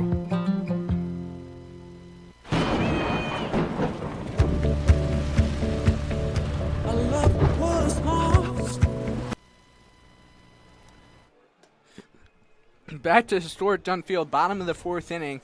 The Elmira Pioneers going to be 6, 7, 8 in the order as they again look to come back in this ball. Well, look to come back for the first time, now trailing by a 4-2 score. The Oneonta Outlaws offense just starting to roll and click at the plate here. They struggled at the beginning of the season to find their groove, but now you've seen it between that Auburn game and early in the stages against the Elmira Pioneers here. That offense really starting to click. As Pitzer comes up. Finnegan back out for his 4th inning of work. Gets Petrie swinging and missing out of his shoes there. No balls, 1 strike. Petrie struck out looking his first time up. Took a fastball low and away. Just didn't offer at it. Finnegan comes set with the 0-1. Brings it just low and away outside, ball 1. You said it earlier, but very deliberate with his calls. Didn't know if we were going to get a big fist pump strike there. Well, 1-1 as Pitter comes back up the pitch. Just clipping the upper outside edge, 1 ball, 2 strikes. Finnegan continues to pound that fastball. Guy who goes fastball heavy, tops out low 90s. So 1-2 working from the third base side of the rubber, low and away outside, and Johnson having to lunge to his right side. 2-2 count as Pioneers looking to get something going here. Falling behind again in the top of the 4th. Finnegan shaking off Gunnar Johnson twice. Pops it out of the glove, brings it home. Petrie swinging a miss, and that's going to be the first out for the Pioneers. So Petrie, 2 strikeouts so far in this game, and Finnegan now has his 4th of the ball game with Bobby Marsh coming back to the plate. Well, Marsh was pretty successful his first time up, a single against Finnegan. Well, and then he got stranded in 3rd as the Elmira Pioneers now leaving 4 base runners on through the first 3 innings. That's been a bit of a problem for the Elmira offense so far this summer. Certainly has a lot of men left on base over the course of these first 15 games. Finnegan the kick and the fire home. Johnson wanted that one in his glove, but looked like it hit off the end, skipped down over the plate, 1 ball, no strikes. Bobby Marsh came up there swinging his last time up, but now a little more patient, trying to get this table set for the Pioneers hitters. There's the 1-0. Right down the heart of the zone, 1 ball, 1 strike. And 1 out. And it's another Tioga Down showdown. As get set here. As the 1 ball, 1 strike pitch. Bobby Marsh going to nail it off the barrel of the bat, but this one going to leave the ballpark down the left field line, so make the right decision and insist on diamond collision. So Bobby Marsh going to be looking to get something going here. Hang with us after this half inning as we'll take a look around the out-of-town scoreboard here in the PGCBL. 1-2, the kick from Finnegan, right in there. Bobby Marsh, that one just going to skip over the foul line down that first base line, scooped up in foul ground by the big first baseman Ryan Weiss, and given back to Finnegan. 1 ball, 2 strike count. And a 4-2 lead for the visiting Oneonta Outlaws. These 2 teams going to meet up again next week for the first time up at Damaski Field in Oneonta. And Colby will have the call for you live from Damaski Field. As from the third base side again, Finnegan. Bobby Marsh shoots it through the gap on the left side. Going to be scooped up in shallow left field by Henry Polinsky. But Marsh content with the single for the 2nd time tonight. And now Chris Erickson going to have some work cut out for him with a runner on. Also, Erickson, down in the bottom part of the order, he's had a little bit of trouble finding the barrel of the bat. Just trying to put everything he can on these balls and just having some trouble getting anything to connect. If he can get on base, he's certainly a threat, but it's just been very difficult for him down on this side of the lineup. Swing from the right side. Erickson set to go. Finnegan home with the pitch, and Erickson hitting just to the left side of the tarp down there in front of the Elmira Pioneers bullpen in foul ground. No balls, 1 strike. The Oneonta Outlaws set up in the third base side dugout with their bullpen down the left field line, and the Elmira Pioneers on the first base side. Is Finnegan going to miss? Low and away outside to even things up. 1-1 with 1 out. So it's another Tioga Down showdown. Some commentary from the booth next door. As Marsh going to duck back to first base there. Finnegan shaking it off. Manager Joe Hughes, a long leash on his starters so far this summer, as you've seen a couple of guys go 120 pitches multiple times. As Erickson up, that's going to stay inside the ballpark. Looked like it's scooped up by Gil Murad down there out in the bullpen. 1 ball, 2 strikes. So with 1 down, Bobby Marsh, about a 6-foot lead off of first base. 1-2 pitch in from Finnegan. Erickson, a swing and a miss. And 2 strikeouts now in the inning for Finnegan. And Justin Taylor going to be up here. Well, Taylor had a pretty big double back there in the second inning. However, his progress was stalled due to a puddle. And now we'll see what Taylor can do here. Would love to replicate the success, especially the way the shadows are falling. As you can see, the center fielder already shielding his eyes out there. Well, a lot of guys not playing with sunglasses tonight due to the cloud cover before the game time. Missing high and away outside to Justin Taylor is Gavin Finnegan. Still nobody up, no action for the Oneonta Outlaws out in their bullpen. So, as I mentioned, Finnegan looking to go deep in this game for this Oneonta Outlaws team. Taylor, as I mentioned before, 222 average coming in here tonight. And a strike just clipping the lower inside edge there to even it up 1-1 with 2 down. I think you'd love to get something right up the middle if you could. That center fielder really having some trouble with the daylight. 1-1, big swing and a miss from Justin Taylor. 1 ball, 2 strikes. So Oneonta 2 runs in the top of the third, 2 runs in the top of the fourth. And the Elmira Pioneers adding 1 in the bottom of the first, bottom of the third. High and away outside, going to miss for ball 2. That means it's 2 balls, 2 strikes, 2 outs, another Tioga Down showdown. We see where the love is. We see where the love is. Marsh, the leadoff first base. The 2-2 pitch. Chet swing. He came around, didn't tip it. That's going to be the final out of the inning. 3 strikeouts from Finnegan, surrounded by a single from Bobby Marsh. It'll be South Trimble the next time the Pioneers to the plate. But before that, top of the 5th inning coming up, and it's the Oneonta Outlaws who lead this game 4-2. My love was lost.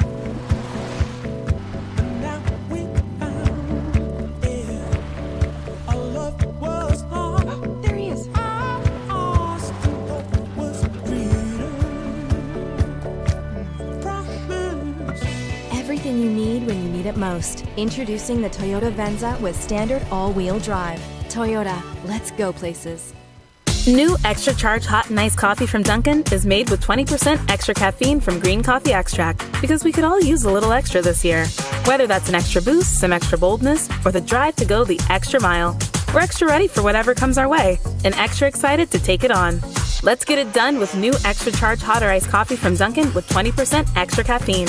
And pair it with snackable stuffed bagel minis for an added all-day boost. Order ahead on the Dunkin' app. America runs on Dunkin'. Price and participation may vary. Limited time offer. Hi, this is Marion Decker, and at the Decker Agency, we've got over 34 years experience in helping our clients get the best insurance coverage possible. We're local and we're trusted. We've built our business on the idea that customers should be treated like family. At the Decker Agency, we offer free quotes and consultations. Our clients can build their coverages to best suit their needs and budget. Please stop into our office at 416 East 14th Street in Elmira Heights, or call us at 607-734-1100 to schedule your free consultation today. And like the Marion M. Decker Agency LLC on Facebook, at the Decker Agency, we help you protect what matters most.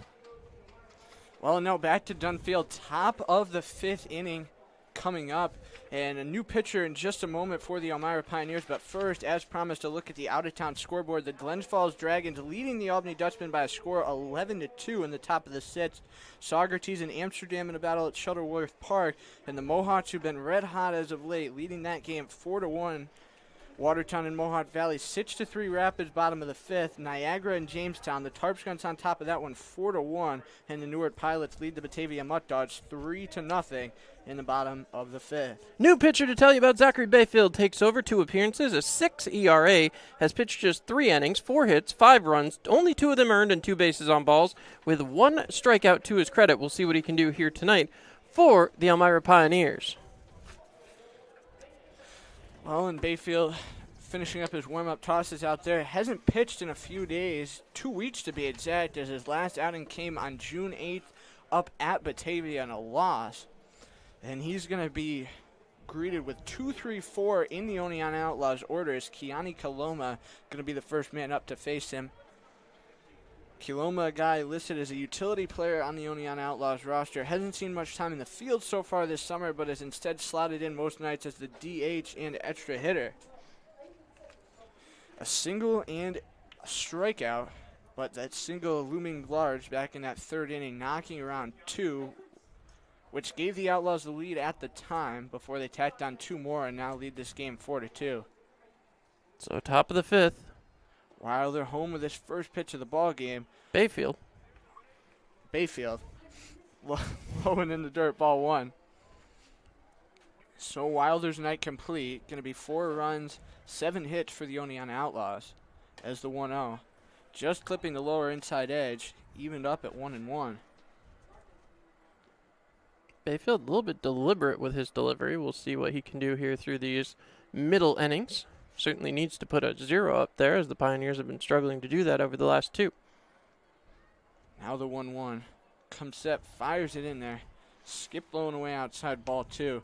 Bayfield's one of those guys who starts with the ball behind his back, pulls it up from his jersey and his glove, and he's another one of those guys kind of like Finnegan. I was mentioning how he works from that third base side of the rubber, but Bayfield doing the same. As now the 2-1.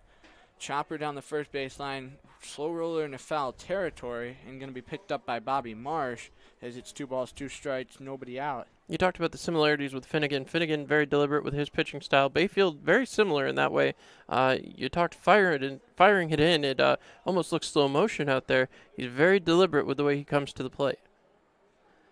Now the 2-2 pitch. In low and away outside, ball 3, and now the count's going to be jacked up with nobody out. Step out and the big swing there from Keani Coloma. Fixing his batting helmet. Now steps back in the box. Awaits the payoff pitch.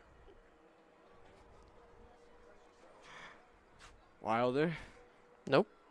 Bayfield home with the 3-2. Skipped outside, the bat thrown away, and Coloma going to throw it aside, and he gets the free pass to first. I think I should probably change it that it is Bayfield. There you go. As Bayfield walks the first man he sees, and that's going to bring up A.J. Geich. A.J. Geich, a single and a fly out to left field so far in this ball game. That single, of course, was back just before the final out was made in the 3rd inning. And Ryan Weiss going to be the guy to stand on deck here for this Oneonta Outlaws team. Look down to first. Now home with the pitch. Big swing and a miss there from Geich. No balls, 1 strike. A little surprising out of Geich to go right after something. I was just talking about the deliberateness of the pitching style here. As, again, new pitcher comes in. He's not hitting those same speeds that you saw at Wilder to start this game. Bayfield getting set. The 0-1 kick. Fire home. Did it clip him on the way by? No, it's a called ball, so 1 ball, 1 strike. 1 ball, 1 strike. So nobody out. Long lead off first for Keani Coloma. Now the pickoff throw attempted by Bayfield, but wasn't a chance down there to get Keani Coloma. It's funny, you almost would think that a right-handed pitcher would have a harder time with a pickoff move, but again, these left-handers, just the throw over is so deliberate and so easy to judge, as that one gets foul, 1 and 2. Took an odd chopper down that third baseline there. Took a bounce in fair territory before skipping over the foul line. Oh, it's where it ends up, Colby. Just looking out at those clouds now. It's kind of nice seeing the pink. Oh, glad we're sky watching here. As hey, we like the sky. Top of the 5th, ball and 2 strikes. Runner standing on first base as the Pioneers trailing. The throw over as the runner's going. Throw down to second is not going to be in time. So, going to be a stolen base for Keani Coloma. Marsh took way too much time to throw that one over to second base. Well, and sometimes you can't always get what you want, and that's exactly what Marsh. But sometimes you get what you need, and hopefully the Pioneers will be able to do that here as they need 2 runs. Well, and to put a stopper here on this Oneonta Outlaws offense. Well, that's the key first. 1 ball, 2 strikes, nobody out. Pitch from Bayfield low and away, outside, and Shore having to dive to his left side there. As I said, I think Bayfield really tipped his throw over, and that's why able to move down was Coloma. A.J. Geich set in the box, comes in, crowding the plate. Now off for third, Keani Coloma. The pitch fouled into the backstop, so he's going to be sent back to second. And Geit's going to live to fight another day. So stepping back out of the bots, AJ Geit's a guy who's hit better on the road so far this season for the Oneonta Outlaws, with almost 2/3 of his hits coming away from Damaski Field. Not that the Outlaws have played very much at home so far. Well, you have to wonder after the runner was off and going if the pitcher will be a little distracted. Low and away outside, missing there, ball 3, and now it's a full count with nobody out. Does have first base open, so there are options here, but I don't know. I think you come right after Gage. I know he's the number 3 hitter, but... And we get some more action down in the Elmira Pioneers bullpen as the 3-2 Chet swing. Strike out. AJ Geitch going to be rung up there. I couldn't tell if he called him out on the swing or if he it was just strike 3. A little bit of a check swing there. So Geitch retired for the second of his 3 plate trips tonight, and Ryan Weiss, who's been sent down 2 times already, going to step up to take his 3rd at bat of the night. Swing from the right side. Another lift down to second. Keani Coloma looks like he wants to go all the way. High and inside. They call it a strike. 0-1. 0-1. 1 out. Runner still standing on second. You have to imagine as much as he's been tiptoeing around out there, he may be off and going here at some point in this at bat. A 4-2 lead for the Oneonta Outlaws. Bayfield looking to shut down the Oneonta offense. Inside missing. Ball 1. 1 ball, 1 strike, 1 out. A Tioga down showdown. As we get back to it. Off of second base, Kiloma. The And pitch. here he goes as the 1-1 hit off the end of the bat of Weiss into foul ground. So Kiloma going to be sent back to second again. 1 ball, 2 strikes. Huge pitch coming up here. Well, and a guy like that who's been off for 3rd both times had a little breather in between, but you got to think, the run wears on you a little bit, especially because Kiloma's been on the bench all night as the designated hitter. 1 ball, It's a 2 tough position strikes. to play. Well, I don't know if you really play it, but you more just hit. The 1-2, low and away outside, ball 2. Designated hitter and the extra hitter, of course. You're not out there in the field all night. But you are playing in the game, so it's very important to note that... well, you're a part of the lineup. Certainly are. Yeah, we can agree on that. Okay. Playing baseball as 2 balls, 2 strikes. Swinging a baseball bat is the 2-2. Low and inside, Kiloma diving into third base. He's called out. 2-5 caught stealing. That one going to go in to get Kiloma down there at third base, and it will be a full count now on Ryan Weiss. There's now more discussion here. I'm not sure what this is about. The third base coach obviously not happy with it. The manager not happy with it. And again, the fielding umpire having to defend his call as seems like he's had to do a lot of that tonight. I know. Eventually, you have to think that Oneonta's manager going to get a free ticket home. 3 balls, 2 strikes, 2 outs. And it's going to be another payoff pitch from Zachary Bayfield. Bayfield trying to get out of this half inning. Now it looks like we're set. Bayfield just needs 1 more strike.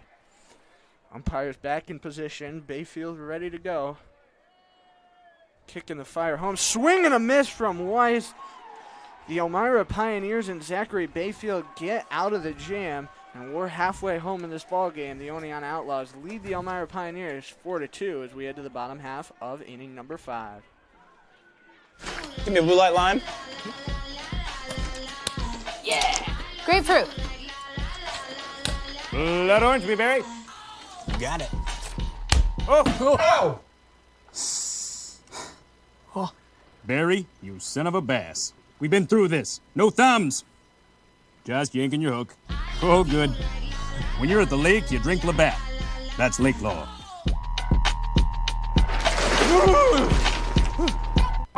So, what brings you and Greg to marriage counseling today? Jake from State Farm. My husband calls him all the time. 2, 3 in the morning, it doesn't matter. I see. Greg, is this true? Yeah, Jake saves us tons on our insurance. No matter what time it is, he's always there. Mm-hmm. And how much did he save you? Hundreds. Listen, can I call this Jake from State Farm? You've got to be kidding me. State Farm is there for you anytime, anywhere. Call 1-800-STATE-FARM or click today. Get to a better state. State Farm.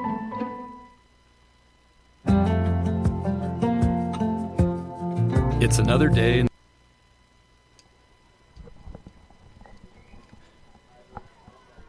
Back for some more baseball. Bottom of the 5th inning, the Oneonta Outlaws leading the Elmira Pioneers by a score of 4-2.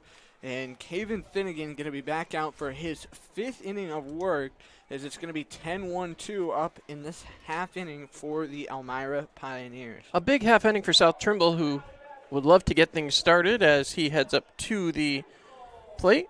And again, South out of George Mason University. Of course, a terrible tragedy down there at George Mason, and we wish South and all of his teammates well down there. So here we go, bottom of the 5th inning. South Trimble in the box. Fly fluttering out in center field. Finnegan home with the pitch, swing and a miss from Trimble, 0-1. Trimble swinging at the plate his first time up, grounded out, going hand over to Weiss to be retired back in the 2nd inning to end that frame. Hand over fist, I'll tell you. The 0-1, Chet swing, Trimble came around, 0-2. Hand over fist. Old saying, Colby, a little bit before your time. Okay, that happens sometimes. The 0-2, Trimble offers at it. Where's this ball going to go? It looks like it leaves the ballpark, so make the right decision and insist on diamond collision. 0-2 count. Trimble trying to start this inning off the right way. The sun has definitely set here in the evening sky. Finnegan bounced in the dirt, low and away outside. Again, Gunnar Johnson using the chest protector to keep that ball in front of him. And got to protect the chest, Colby. It's very important, 1 ball, 2 strikes. Trimble another foul ball that's going to leave the ballpark. So, second time this at bat, but make the right decision and insist on diamond collision. Our good friends at Diamond Collision as well. 1 ball, 2 strike pitch. Trimble defending the plate. This one going to stay and pop out into the batting cage out there. Almost called it the pitching cage, but you do that in there, so, it happens. Pitch number 6 coming up to South Trimble. Finnegan home with this one. Just missing off the inside corner. 2 balls, 2 strikes. So a long at bat being worked by South Trimble. Huge half inning here for the Pioneers, trailing by 2. 2-2 pitch home from Finnegan. Off the end of the bat, rolling into the backstop. Now it's going to be pitch number 9 coming up to South Trimble. Playing defense of the plate. A lot of holes out there, too, in the Oneonta defense. Finnegan just going to miss low with this one, so the count going to move full with nobody out, and Elmira still trailing in this game by a 4-2 score. Finnegan set, fires it in. South Trimble right up the middle, scooped up by Tamara. Throw over to Weiss in time for the first out of the inning. On the positive side, a lot of pitches thrown there in the first at bat of the inning. Well, and if you're manager Joe Hughes, you got to start thinking about getting somebody up in that bullpen. You got guys who can work deep in the starting rotation, and the Outlaws, their bullpen's kind of been a struggle here in the early stages of the season, but you can't have your starters going deep all season long, especially even though they're 2-10, still early in the season to count somebody out. So the Outlaws going to look to right their ship and get back on track as Jeff Mejia, the lefty swinger, steps back in. Home with the pitch, just clipping the lower outside edge, no balls, 1 strike. Mejia again still looking for that first hit here at historic Dunn Field. Reached on an error and came around to score back in the first inning. Struck out his last time up, 0-1. Took a odd hop into foul ground, no balls, 2 strikes. Well, this slightly damp ground certainly making balls a little bit harder to judge. Well, the rain's been a big factor in the Pioneers' schedule lately. Rain down on Saturday against Geneva. That game's set to be made up as part of a doubleheader on July 17th. The exhibition with Batavia last night canceled as the 0-2 pitch again rolled down the first base line into foul ground. So Mejia, another guy up there. These guys just playing defense of the play, looking to wear Finnegan down right now. Staying alive. Love it. I think that was Bon Jovi. No. As the 0-2 low and away outside ball one. I think the phrase you used before was before my time. Apparently. As the 1-2. Finnegan home with this one. Mejia, this one going to stay in fair ground. Weiss scooped in his glove, going all ice cream cone there, racing to the bag. Going to be a 3 unassisted play for out number 2. Well, he was dipping dots right there as he was able to make the 3 unassisted. And that'll bring up the hot man in the lineup, Donovan Montgomery. Dippin' dots are pretty good. I really do like dippin' dots. But anyway, right-handed batter Donovan Montgomery. RBI in this game, a stolen base, reaching on an error. So he's doing it all tonight for the Elmira Pioneers, both at the plate and in the field. Low and inside foot level, going to miss ball 1. Bases are empty, 2 outs. Pioneers trailing by 2. Finnegan home with this one. In tight, Montgomery took the step back, 2 balls, no strikes.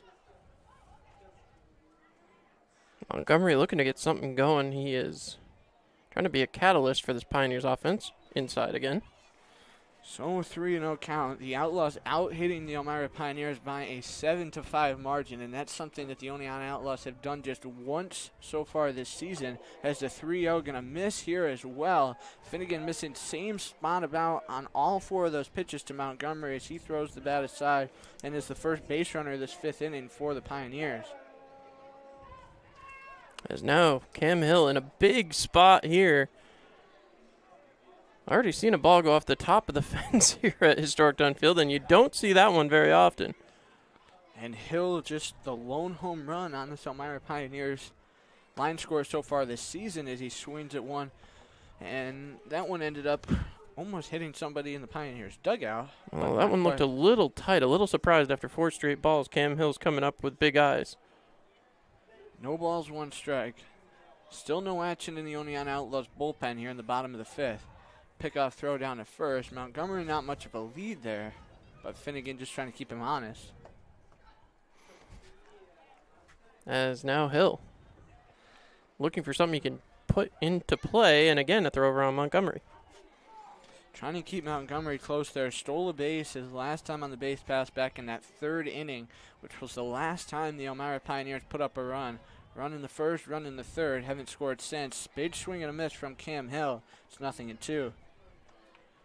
Montgomery picked up an RBI single back in the 1st inning, and then Cam Hill had an RBI double in the 3rd inning, and that's made up for all the offense the Elmira Pioneers have put up on the board so far tonight. Long look in the pitch. 0-2 swing and a miss, and Cam Hill sent down to end the Elmira Pioneers half of the 5th inning. Runner going to be left on base, and Donovan Montgomery. We head to the top of the 6th. Oneonta 4, Elmira 2. It's another day in the Twin Tiers. And for most of us, it's just another day on the job. Taking care of our neighbors, helping out our coworkers, and making our community a better place for all of us. When you love what you do and really care about the people you serve, you do it well.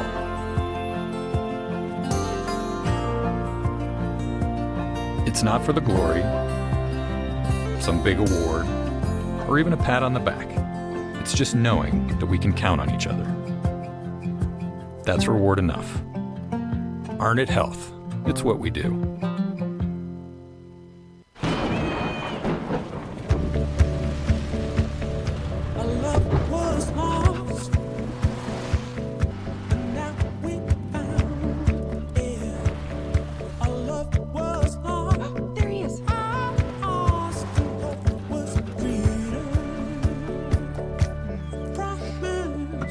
Everything you need when when you need it most. Introducing the Toyota Venza with standard all-wheel drive. Toyota, let's go places.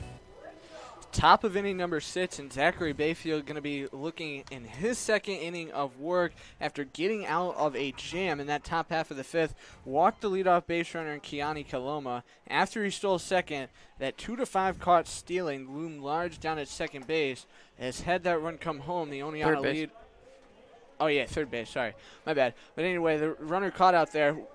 If he had come home, would be a 3-run lead now for the Oneonta Outlaws, but still just that 2-run advantage as Baylor Cobb, the extra hitter, going to be the guy to start things off here after Bayfield finishes his warm-up pitches.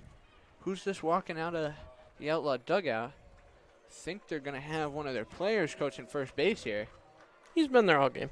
Oh, he has? Yes, he has. Oh, well. He was a little slow to get down there this time. He was. Definitely was. Cobb was flown out to right field and struck out. Will lead things off. You made me look like I'm oblivious sometimes. And still no comment. Okay. First pitch going to be up here. Just pointing out the facts, Colby. As again, Pioneers looking to put up a 0 so far. Just runs coming in the 3rd and the 4th for the Oneonta Outlaws. And 2 runs apiece in those half innings is Bayfield. First pitch swinging. Baylor Cobb into foul ground. Bobby Marsh tracking this ball all the way, and he's got it. It's going to be a P3 for the opening out of the 6th. Well, you like to see that, but now Brendan Harris, who has singled, come around to score, and flown out to center field. Of course, you certainly hope he doesn't find a puddle out there in center field. That could be very dangerous here tonight. Whenever you keep saying that, I always think of Peppa Pig and the the jumping in muddy puddles. But anyway, as you look at me like I'm crazy, Bayfield home with the pitch, popped up, hits the roof, and Van couldn't grab that ball coming down over there in the seats. But no balls, 1 strike. Gotta say, for any kids out there listening, Peppa Pig, always one of the little kids' favorites. Well, we talked about too old for you, apparently too young for me. No balls, 1 strike, 1 out. Peppa Pig, always a good show. But anyway, back in there. The pitch from Bayfield is down the heart, 0-2. Brendan Harris stepping back out, ready to go. In the on-deck circle, it's going to be Jacob Hand. I got to stop looking at you right now. No balls, 2 strikes, 1 out. And the pitch tipped up into the screen bat behind the plate. So Brendan Harris going to see pitch number 4 coming up here in a second. Harris again fighting off a long at bat here if he can keep things going. He did single and come around to score his last time up. That was just 2 short innings ago. Part of that 2-run 4th is Mario Demera, a guy going to be up here in a couple batters. Added an RBI that half inning. Chet swing low and away outside. They're going to say he held off. So 1 ball, 2 strikes. Had to go down to the field umpire to confer on that one. 1-2 count as the Pioneers trying to rush their way through this 6th inning. Would love to get themselves into the back half of this game. Now with 1 out. Knee level, they called a ball, 2 balls, 2 outs. 2 balls, 2 strikes, 1 out. So it's not a Tioga Down showdown. Nope. Not yet. Ready to go. Bayfield shaking offshore. Pitch home. Swinging at that low ball outside was Harris. Another guy defending the plate, working Bayfield here. Looks like we got a guy stretching down in the Pioneers bullpen and another guy up and throwing down there. Don't usually see 2 arms firing, but every now and again. Timeout called by the man at the plate. Brendan Harris stepping out and taking a couple of short warm-up swings, and now steps back in the box.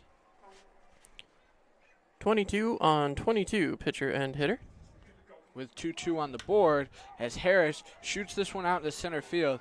Tracking Mejia. He's going to come in on this one 2 steps, and he's got it for the 2nd out. So Jeff Mejia not intimidated by any puddles out there in center field. Definitely the puddles make a difference in a game. They make a difference on TV. They make a difference in a game. as that'll bring up Jacob Hand.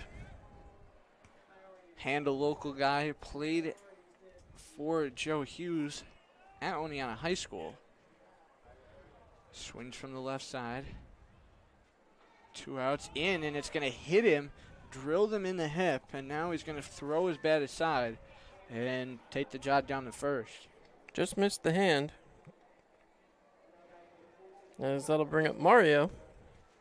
He's singled twice. Singled twice in this game, knocked in a run in that 4th inning. Was also a run in the 3rd. And he was, yeah. So Demera, a guy, the Oneonta offense running to him tonight. Okay. Well, look down to first. Bayfield going to try the pickoff move. Scampering back in there with Jacob Hand. Scampering is an interesting word for what that was. Well, you used scurrying earlier. So. I did. I went to dive and tripped over his feet, I think, there, and just got back. So we'll say scampering. Low and away outside. Shore driving to his right side, 1-0. In the on-deck circle, if we get that far, it'll be the 9-hole hitter in Gunnar Johnson. 2 down, top of inning number 6. Oneonta still leading in this game 4-2. On the run, down towards second, Jacob Hand. The throw in time and on the money, 2-4. That one going to go in as a caught stealing. Demera will be back up to the plate in the top of the 7th for the Oneonta Outlaws. But for now, we send it to the bottom of the 6th with the Pioneers looking to spark the offense down 4-2. New Extra Charge Hot and Iced Coffee from Dunkin' is made with 20% extra caffeine from green coffee extract, because we could all use a little extra this year. Whether that's an extra boost, some extra boldness, or the drive to go the extra mile, we're extra ready for whatever comes our way and extra excited to take it on. Let's get it done with new Extra Charge Hot or Iced Coffee from Dunkin' with 20% extra caffeine.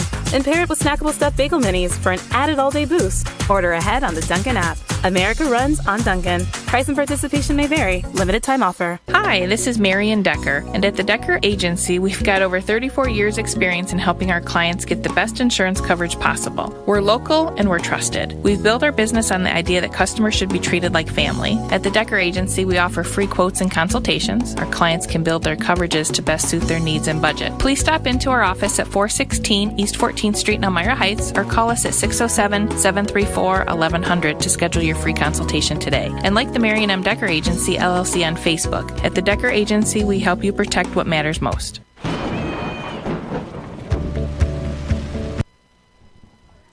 Back we go, bottom of inning number 6, and the Elmira Pioneers going to send up 4, 5, 6 in the order to face Finnegan back out for his 6th inning tonight. Nobody's still been out and throwing in the Oneonta Outlaws bullpen as of yet. Got a guy out there, it looks like heading down there right now, so maybe we'll get somebody up and throwing here in just a minute. But for now, Finnegan going to get the leash to start this 6th inning to see Ben Shore, Don Popa, and Emmeline Petrie. Pioneers back-to-back goose eggs on the board in the 4th and 5th innings after adding that run in the 3rd inning, which at the time tied this ball game up. But then the Outlaws jumped on top in the top of the 4th inning and have led since. Well, if you see that throwdown, you definitely know you want to run on this catcher when you get the chance. Of course, now we head to the bottom of the 6th as the Elmira Pioneers looking to get a little closer here. And Shore, always the swinger from the right side. Free swinger, you might say. Well, you could say that. Catcher out of Auburn. He is looking to do something, that's for sure. So here we go. Bottom inning number 6. Finnegan home with the pitch. High and away outside. Ball 1. Shore back-to-back flyouts his first 2 time-ups to right field and to center field in that order respectively. 1-0 pitch. Inside, ball 2.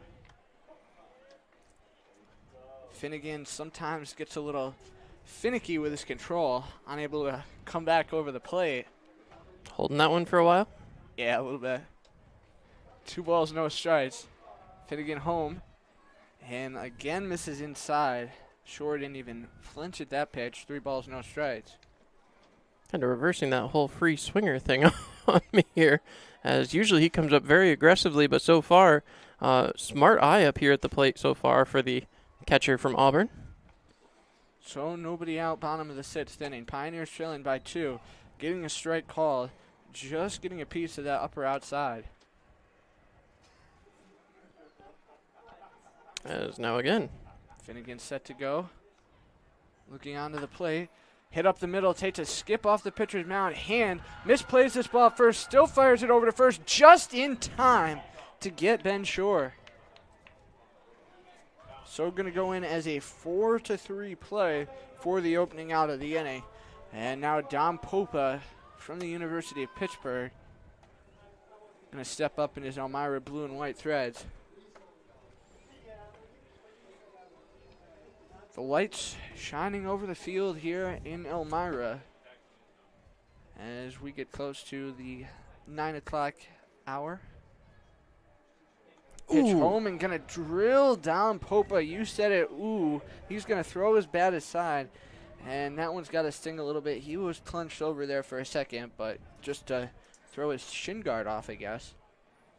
That'll bring up Emlyn Peter, and he will come up to the plate. Struck out twice so far tonight. Once looking, once swinging. He'll be looking to get that bat going again. Only a few at-bats so far on the season as Petra really just looking for some offensive production. Well, and he wasn't here to start things off either. You had that tandem up the middle that included Sam Polanco out of Corning Community College to start the season. Reese Yeomans get a few chances too. One down. Just off the lower outside edge on the plate. No balls, one strike.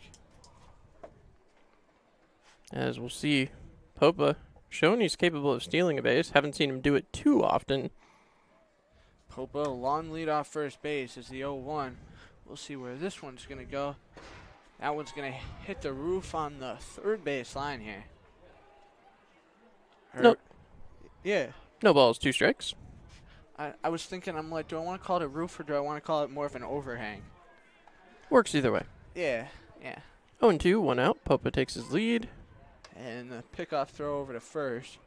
Ryan Weiss looked like he was saying something to Finnegan out there. Those two guys not unfamiliar with each other, playing this spring together at SUNY Oswego, both freshmen.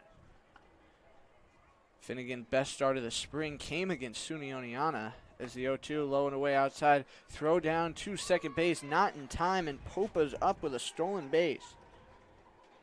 So that one called a ball, and the runner stands at second base. 1 ball, 2 strikes, 1 out. As Peter trying to get the hit here and drive in the run. Now the 1-2. Back and ready to go. Long look down towards second. Ducking back. The shortstop off the lower outside edge. A called strike 3. And Petre going to be sent down for out number 2. Hey, we're trying. I apologize if that's not the correct way. We're making the effort, and obviously respect to our friends up north. So now who it is just about 9 o'clock, by the way. So now Bobby Marsh going to be ready to go. 2 down, and he's got 2 singles on the night. So going to be looking to extend to his big night. A guy has said it before, but 7th in that order. He's been a hot bat for this Pioneers lineup since coming in here just 10 days ago. Looked down to second. Popa looked like he wanted to go. Now Marsh swinging this one all the way. That one's going to leave the ballpark, so make the right decision and insist on diamond collision. As now again, another chance for Marsh, as he'll be looking to put this one in a gap somewhere and allow Popa to come around to score. Get this one a little tighter. Popa about halfway down to third base there as Marsh gets another called strike on him. 0-2. No balls, 2 strikes, 2 outs. Marsh wearing that bright red batting helmet and bright red batting gloves.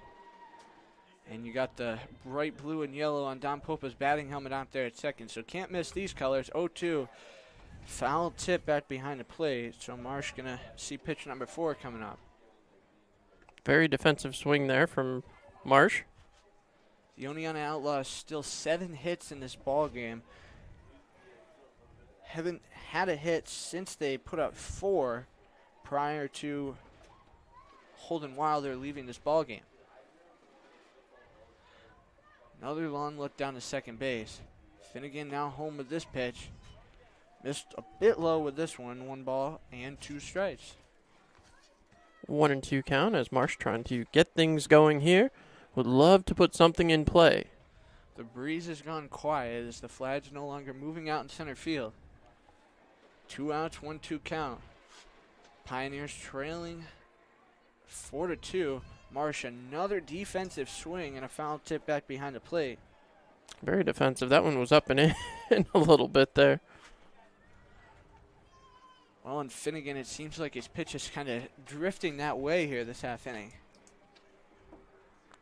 Well, ask the man on second. He took one right to the back. Got some motion down there in the Outlaw bullpen as it looks like Finnegan's night going to be not too much longer. Pioneers would love to touch him for one here. 1-2 pitch. Set the fire home. Low and outside. Johnson doing a good job of trying to frame that one, but just couldn't get the call his way. 2 balls, 2 strikes, 2 outs. It's another Tioga Down showdown. And you still get the love.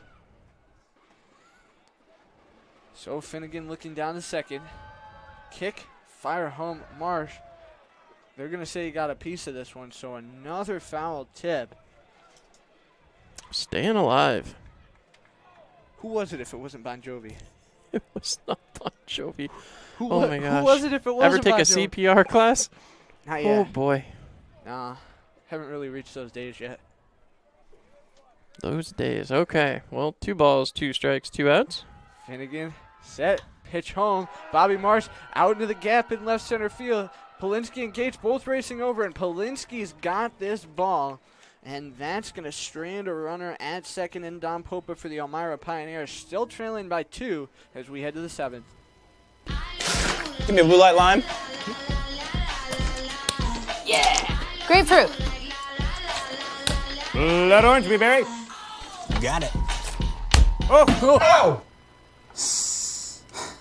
Oh! Barry, you son of a bass. We've been through this. No thumbs. Just yanking your hook. Oh, good. When you're at the lake, you drink Labatt. That's lake law.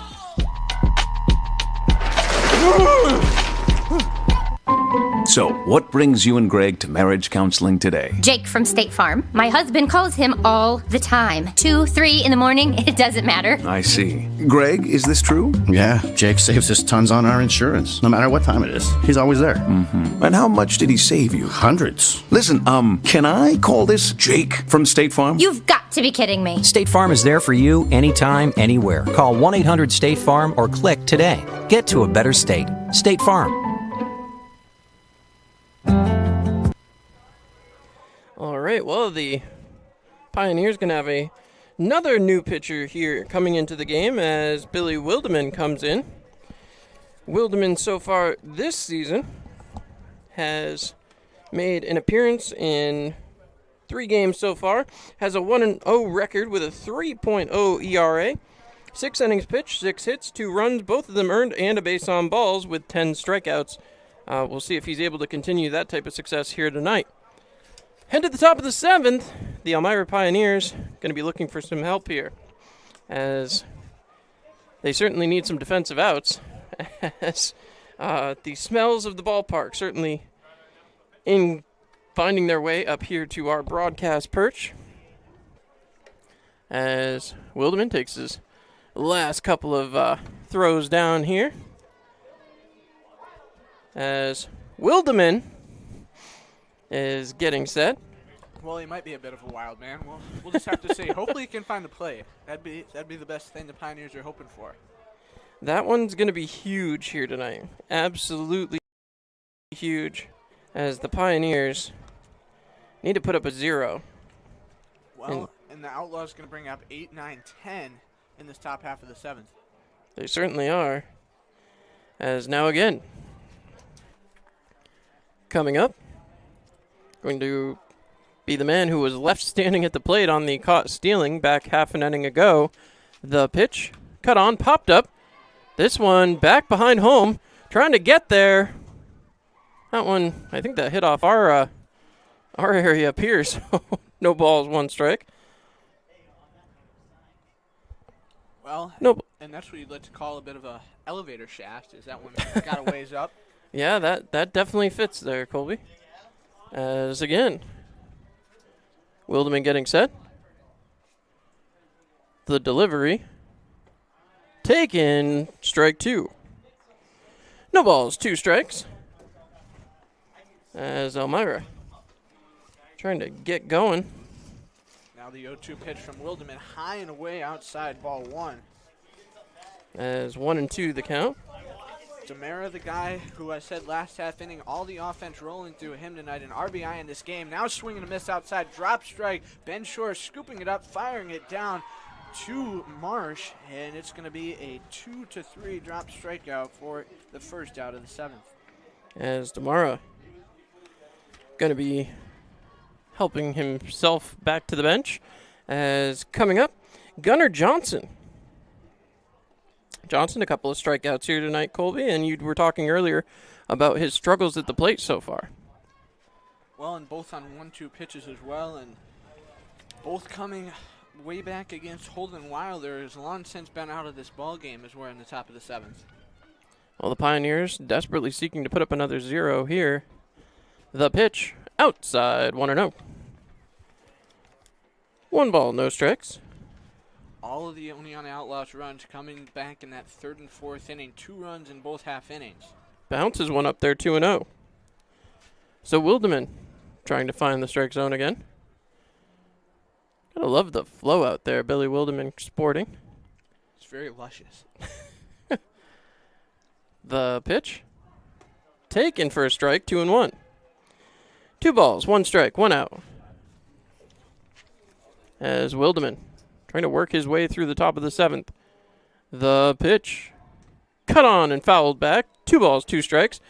The umpire bouncing around out there quite a bit. I think he was trying to check on the Auburn catcher, Ben Shore, but everybody appears to be okay. 2-2.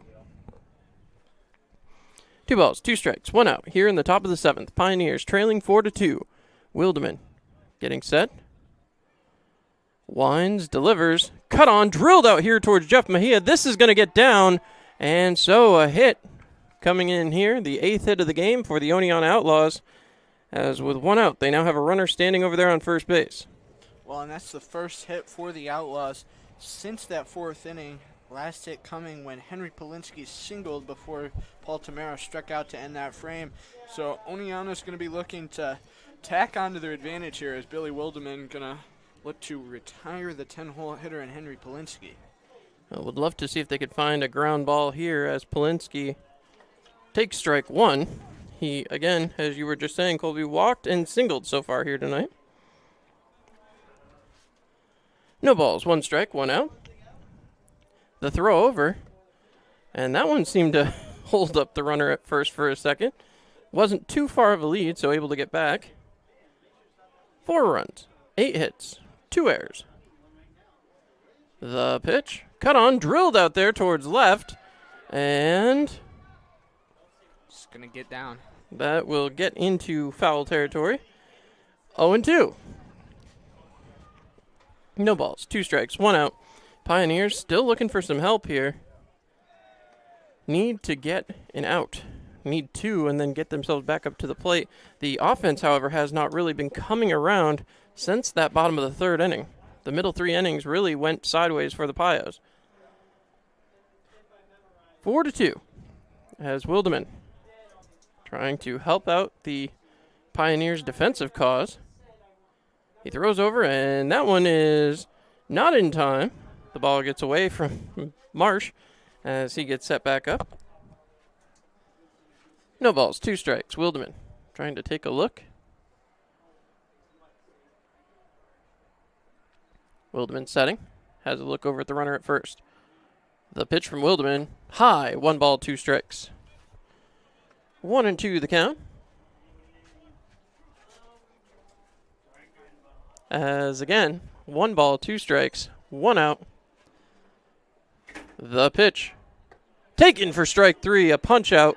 And there's the 2nd out here in the top of the 7th. Absolutely huge there as he gets a strikeout looking. And that'll bring up the top of the order. Paul Tamaro coming up. He is grounded out 4-3, walked and struck out swinging. Well, in those couple of times we've seen Billy Wilderman so far this summer, he's one of those guys. He can throw the high heat stuff, and he's doing just that here. Already 2 strikeouts. Despite that single to Gunnar Johnson, he's been throwing that high speed. The pitch cut on fouled away. That one will stay in the park. So, no balls, 1 strike. 0-1. No balls, 1 strike, 2 outs. The Pioneers looking for the final out here in the top of the 7th inning. Got a couple innings of offense left, but they're into countdown territory here as that was another swing. 0-2. Pioneers bench getting a little loud down there. Got to remember they're trailing in this game. 0-2. Well, trying to get some fire, trying to get that adrenaline rush going. As now again, Wilderman getting set. Checks on that runner. He throws over, and that is not in time. Seems like he's keeping a close eye over there on Gunnar Johnson. Not a guy who's a threat to steal. Hasn't been on the run only just twice so far this season. A little bit high and outside, 1-2. 1 ball, 2 strikes. Don't forget to stay with us in between the middle of the 7th inning. We will take time to stretch, but also to give a big thanks as the pitch from Wilderman taken, strike 3, punched out, and so Wilderman comes in and strikes out the side as we head to the bottom of the 7th inning. Couple of strikeouts looking. So before we take our break, we want to thank all of our amazing sponsors, all of our amazing season ticket holders, and our great fans for all that you do throughout the importance of the Pioneers season. Thank you to AJ, Zarka Shamong, Arnett Health, Bill's Bullpen, Blaze Brockway Contracting, Buckley, Shamong Canal, Dr. Dozax, Elm Chevy, Elmira Heat Treating, Easy Budget, First Transit, Farrell Gas, GTP, Hardinge, Hilliard, IBM, J. Schultz Massage, Junior Enforcers, Jubilee Foods, Just in Time, M&T Bank, Marion Decker, Morrison's, NYSCO, PBA, Rodney Strange, Ryan's Distributing, Saline, Save-A-Lot, Seneca Beverage, Shedden's Wholesale, Simmons & Rockwell, Skyward, Solutions FCU, Southern Tier Custom Fab, Suburban Propane, Texas Roadhouse, Tom South Corning, Vasco Brands, Weis Markets, Wilbur Auto Sales, Glenn XGen Pharmaceuticals. Thanks so much. We'll be back here on Mixlr.com, your home for Pioneers action all season long. It's another day in the Twin Tiers. And for most of us, it's just another day on the job. Taking care of our neighbors, helping out our coworkers, and making our community a better place for all of us. When you love what you do and really care about the people you serve, you do it well.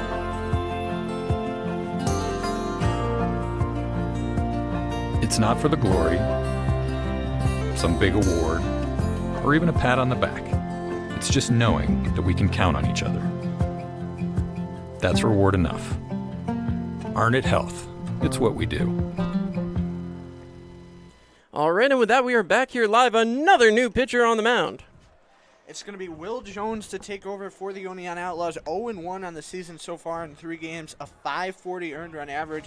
Sits in 2/3 innings, 7 hits, 7 walks, 8 strikeouts, and his last time out came on Thursday against the Amsterdam Mohawks in relief of Marcus Cashman in that 12-6 loss. 5 runs, 4 of them earned, 3 walks, striking out 5 against, talked about it earlier, but the hottest team in the league right now in the Amsterdam Mohawks. As now, that's going to bring up Chris Erickson, who comes up to start things off against the new pitcher for the Oneonta Outlaws. We'll see what Erickson can do here as he gets set. Long look in here. As Erickson has had a couple of strikeouts so far here tonight. The pitch taken and on the inside corner, 0-1. Well, thinking about the Amsterdam Mohawks, there are some similarities between the way the Mohawks lineup set up as in comparison to the Pioneers. 1 ball, 1 strike. 1-1 the count. You got some high-end top of the line hitters in the top of the order. Then you look middle of the lineup, you got some more power down in the bottom of the order. That's taken for a ball, 2-1. Down in the bottom of the order, you got some guys who can get the bat on the ball, can drive in those guys in the middle of the order who can get on base. And you need them to get on base because they have got the legs to make an impact on the base pass as that swung on 2-2. So what looked a little outside to me, but Chris Erickson certainly saw green light. 2-2. Erickson taking a long look out at the pitcher's mound. The deal, cut on, fouled off. 2-2. Well, Erickson continuing to play defense on the play, something that might have been a little costly his last time up. He took the swinging strikeout back in that 4th inning against Finnegan, who had a really solid night for the Outlaws. The pitch hits off Erickson, and he will make his way down to first base.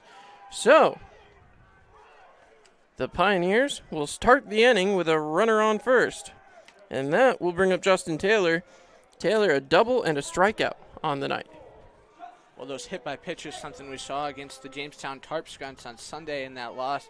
A lot of hit by pitches, a lot of wild pitches, a lot of pass balls. That game on Sunday against Jamestown, one that the Tarp Skunks would like to forget. I'm sure they would. We'll have another check of the out-of-town scoreboard after this half inning of play. As, again, everyone's scoreboard watching right now is the Pioneers trying to work their way back into this game here in the bottom of the 7th inning, trailing by 2. The pitch.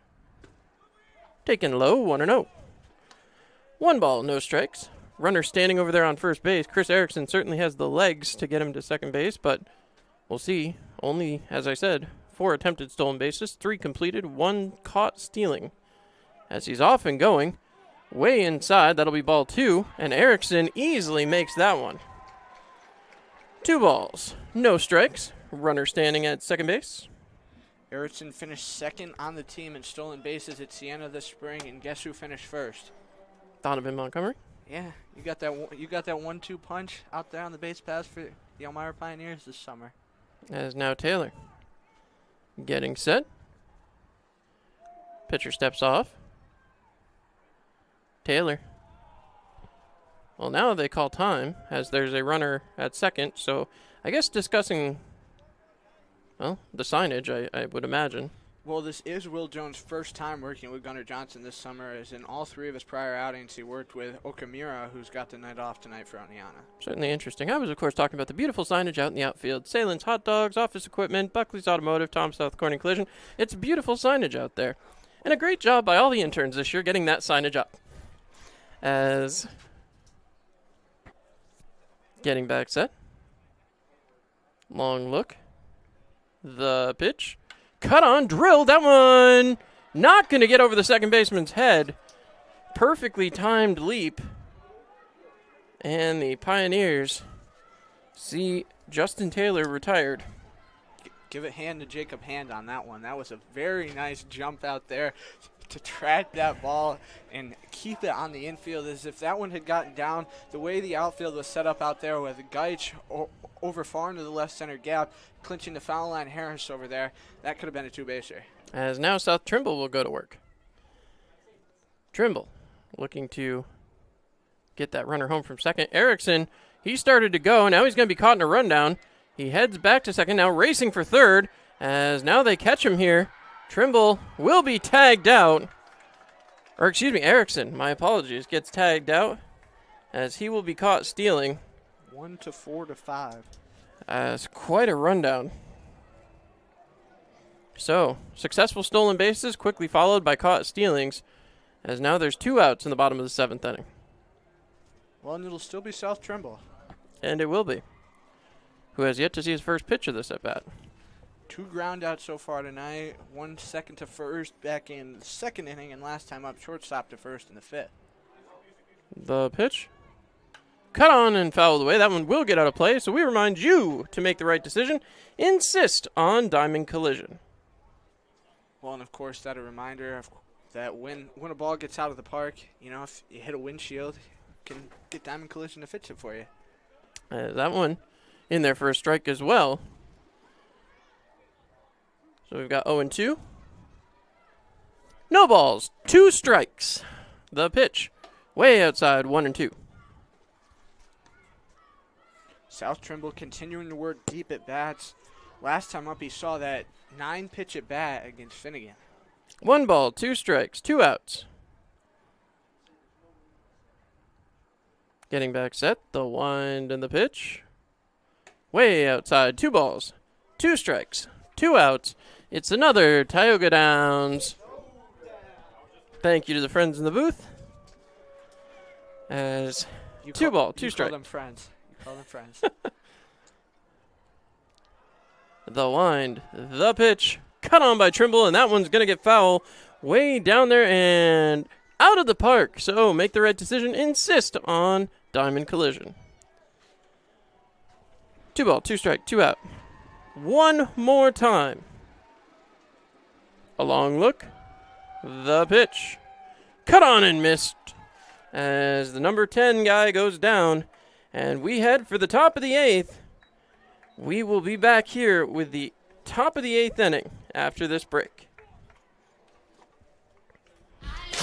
Give me a blue light lime. Yeah! Grapefruit. Blood orange, me berry. Got it. Oh!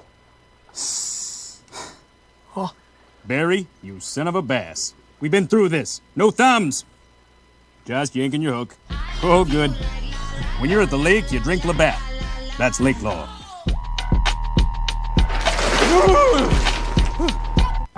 So, what brings you and Greg to marriage counseling today? Jake from State Farm. My husband calls him all the time. 2, 3 in the morning, it doesn't matter. I see. Greg, is this true? Yeah, Jake saves us tons on our insurance. No matter what time it is, he's always there. Mm-hmm. And how much did he save you? Hundreds. Listen, can I call this Jake from State Farm? You've got to be kidding me. State Farm is there for you anytime, anywhere. Call 1-800-STATE-FARM or click today. Get to a better state. State Farm. All right, and with that, we are back here live. As promised, we will now take you around the PGCBL. As well, hold on. We had a brief hold up there, as I'll get you set and ready. And the bottom of the 9th, Glens Falls 11, Albany 3. Bottom of the 7th, Amsterdam 8, Socrates 4. Bottom of the 9th, Watertown 7, Mohawk Valley 3. Bottom of the 7th, Jamestown 7, Niagara Power 2. In the top of the 8th, Batavia 10, Newark 3. So, the Elmira Pioneers really going to need to get going here in these final 2 innings. And hopefully they can have a strong bottom of the 8th. But right now, top of the 8th inning, it's time to see what Keone Coloma can do at the plate. A strikeout, a single, and a base on balls, 1 for 2 on the night. Couple of big warm-up swings out there. Wilderman back out for his 2nd inning of work for the Pioneers.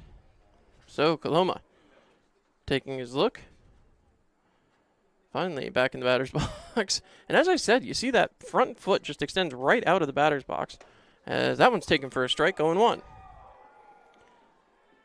Wilderman going right back to work here. Back an inning ago, did strike out the side. Unfortunately, there was a single in between it. In there for strike 2. Wasting no time, Billy Wilderman. Pound that fastball. Pioneers will have 1, 2, and 3 due up in the bottom of the 8th. The pitch, outside, 1 and 2. Well, in that 1, 2, 3 spot, surely the place you want to be in. Going around that out-of-town scoreboard, the 2, you got to keep an eye on that Batavia Newark game and that Niagara Jamestown game, and neither one going the way the Pioneers would like right now. Cut on, drilled down to first, scooped up, and that'll be a 3 unassisted. As the first out made here in the top of the 8th. Pioneers need a big comeback inning when they come back up to the plate. But still got to get through a couple of batters first. A.J. Gates comes up. He's flown out to the left fielder, singled, and struck out looking. He is taking some hacks out there, to say the least. Gage waits. Wilderman delivers. Again, right down the middle. Gage steps right back in. What? Oh, you're good. A guy who's not afraid to swing the bat. The pitch. Taken for a ball, apparently a little bit low. Because that was definitely over the plate. 1-1. 1 ball, 1 strike, 1 out. A Tioga Down showdown. The pitch. Taken. Again low. 2-1. 2 balls, 1 strike. He waits. The wind and the pitch.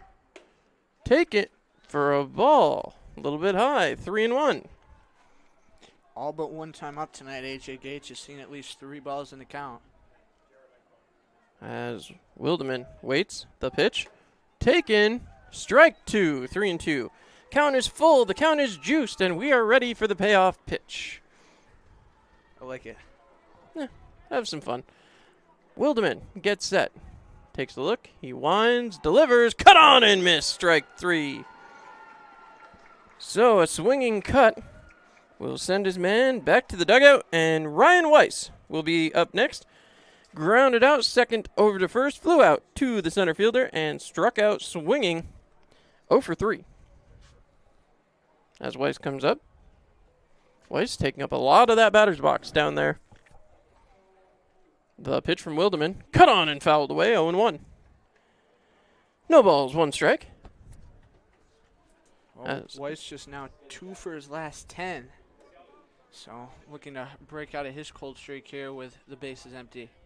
The pitch from Wildeman way outside. 1 ball, 1 strike. 1-1. As Billy Wildeman trying to get going here. The pitch bounced in there. 2-1. 2 balls, 1 strike, 2 outs. Wildeman getting back set. He winds and delivers. 3 balls, 1 strike. Well, comeback from the 3-1 count was on the menu last time. We'll see if he can do it again. Billy Wildeman getting set. The pitch. Cut on and fouled off the inside of his leg. That one hurts. 3 ball, 2 strike count. The count is filled. It is juiced. It is jacked. It is time for the payoff pitch. As once again, Wildeman gets set. And here comes the payoff pitch. Delivers. Ball 4. Not the way he wanted that one to go. Well, the thing you're seeing here, even though you got a couple of base runners, there's not been a ball that's really been hit hard off Billy Wildeman so far. He had that single from Gunnar Johnson, but it wasn't a very hard hit ball, and that's about the only one you've seen that's even left the infield since Wildeman came on. As now Baylor Cobb comes up. He is 0 for 3 on the night. Flew out to the right fielder, popped up to the first baseman, and struck out. 0 for 3, the pitch. Inside, just misses as he limbos out of the way. 1 ball, no strikes. The limbo's something special. You got to be very flexible to do that. It is, for sure. Oh, and to answer your question from before, it was the Bee Gees. My apologies. The cut and miss. 1 ball, 1 strike. Staying Alive by the Bee Gees. I apologize. I just realized I never answered that.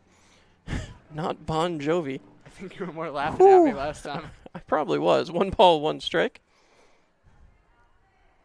The pitch. Cut on and missed. 1 ball, 2 strikes. So Wildeman just 1 pitch away yet again from getting out of this half inning. As the Pioneers will then need to come up and find the offense in the bottom of this 8th inning. Billy Wildeman taking his time. The pitch. Cut on and missed. That is strike 3. And there's the punch out. So the Pioneers will head to the bottom of the 8th, looking for 2 runs. We'll be back here on Mixler.com, your home for Pioneers action all season long. It's another day in the Twin Tiers. And for most of us, it's just another day on the job. Taking care of our neighbors, helping out our coworkers, and making our community a better place for all of us. When you love what you do and really care about the people you serve, you do it well.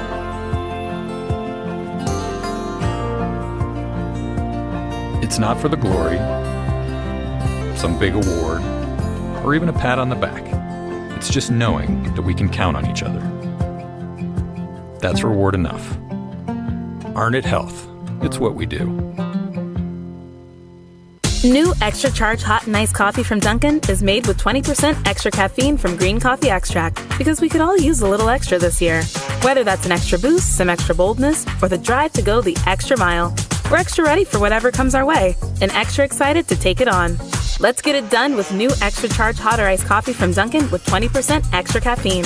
And pair it with snackable stuffed bagel minis for an added all-day boost. Order ahead on the Dunkin' app. America runs on Dunkin'. Price and participation may vary. Limited time offer. Hi. Well, I'll tell you, I am a big user of that Dunkin' app, but I usually order the large blueberry coconut refresher. Blueberry? You don't go pink strawberry? I do not. Oh, pink strawberry. That's a good drink. I'll tell you, though, use that app as you can earn yourself free beverages.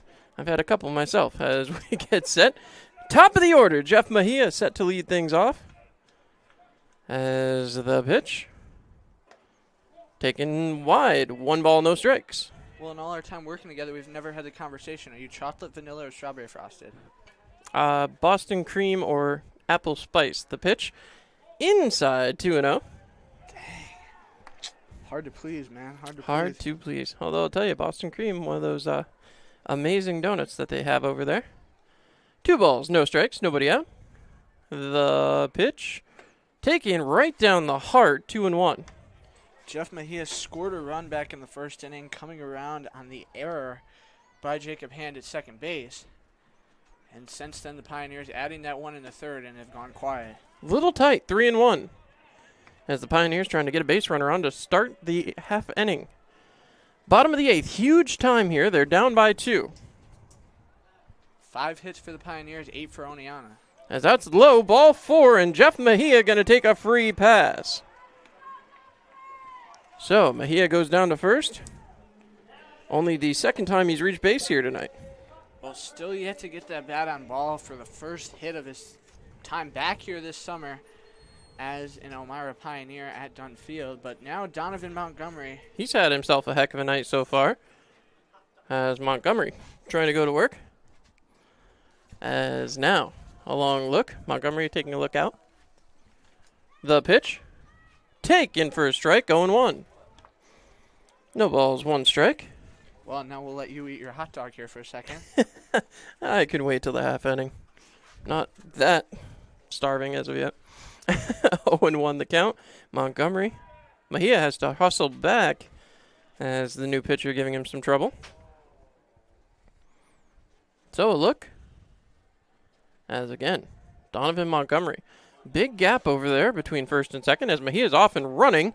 Mejia gets there, and he is in time. Stolen base, and it's a ball and a strike to Donovan Montgomery. Well, in that move he made down there, pulling his left leg in because, runs with the left leg facing us. But anyway, he pulled that left leg in over the top of his right leg and made sure he didn't get the tag laid on from Jacob Hand down there at second. A smart play for Mejia. As now again, Donovan Montgomery looking to put a ball in play. Look at the right side of that infield, wide open. Surprised that the first baseman so close to the foul line. As the pitch coming here. Delivered. Taken outside, 2-1. 2 balls, 1 strike. As again, the Pioneers have a runner in scoring position with nobody out. Montgomery getting set. And he will step out as the pitcher ties his shoe. Another beautiful advertisement for Velcro shoes in baseball. As I haven't used Velcro since I was in first grade. You're not out here on the mound. As once again, 2 balls, 1 strike, nobody out. Runner standing 180 feet from home. The pitch taken inside, 3-1. 3 balls, 1 strike. Montgomery trying to get on base here as well. Well, and Will Jones trying to locate that fastball back over the plate, missing a couple of times here to Donovan Montgomery, and now with the runner in scoring position, things getting a little tense here for the Oneonta Outlaws. Cam Hill due up next. Bullpen down there for Oneonta. As the pitch coming here. Cut on and fouled back, so that will load the count. 3 balls, 2 strikes. And as that ball leaves the park, make the right decision. Insist on diamond collision. And again, there is work down in the bullpen for the Oneonta Outlaws. As Montgomery works the count full. He waits. Mejia takes his lead from second. And turning around. A little bit of danger there, but again, Oneonta Outlaws trying to stifle the Pioneers here. A 4-2 lead in the bottom of the 8th. The pitch. Cut on and fouled right into the glove, so that will be a strikeout for Montgomery. And the Pioneers still have a runner sitting on second base. Well, and it's not creepy at all that I use my 100-time zoom camera to zoom in on the jersey number down there in the left field bullpen. It's Kyle Mahady warming up for the Oneonta Outlaws. So Cam Hill looking for something he can, well, drive a long way. He'd love to find the outfield fence. You wonder if there's any puddles left out there. As Jeff Mejia stands on second base. He waits. Coming set and home. That one misses. 1 ball, no strikes. 1-0 count. 1 out here. As Cam Hill waits. A long look. One PGCBL Player of the Week just a week ago. Certainly did. Hitting over 400 last week, as that one's in there for a strike. 1 ball, 1 strike, 1 out. It's a Tioga Down showdown.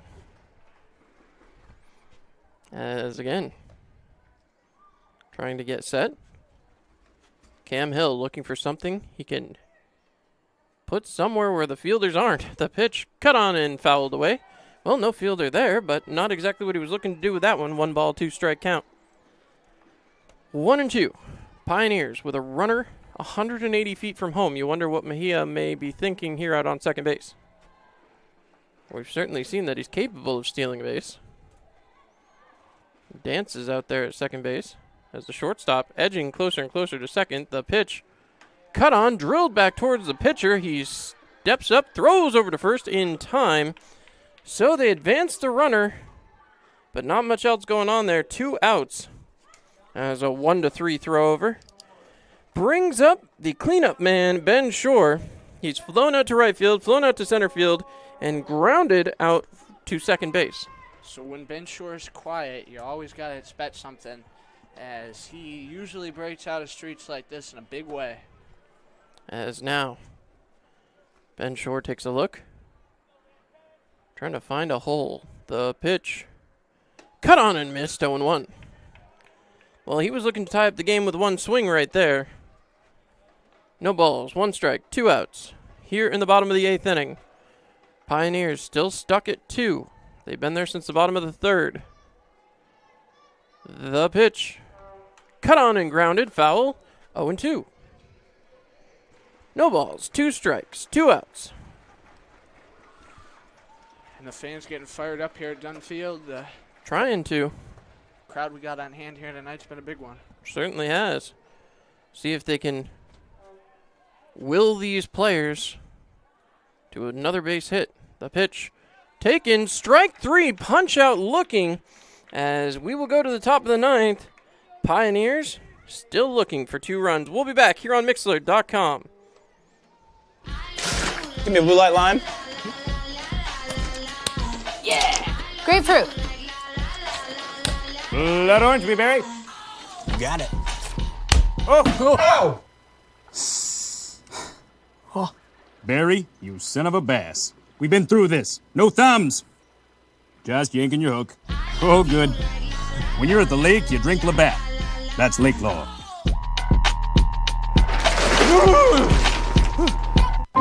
So, what brings you and Greg to marriage counseling today? Jake from State Farm. My husband calls him all the time. 2, 3 in the morning, it doesn't matter. I see. Greg, is this true? Yeah, Jake saves us tons on our insurance. No matter what time it is, he's always there. Mm-hmm. And how much did he save you? Hundreds. Listen, can I call this Jake from State Farm? You've got to be kidding me. State Farm is there for you anytime, anywhere. Call 1-800-STATE-FARM or click today. Get to a better state. State Farm.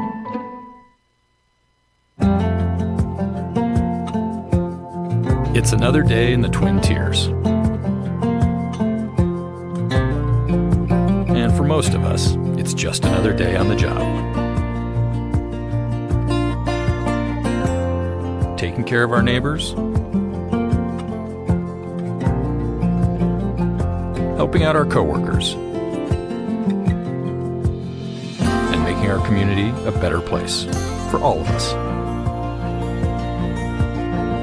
When you love what you do and really care about the people you serve, you do it well.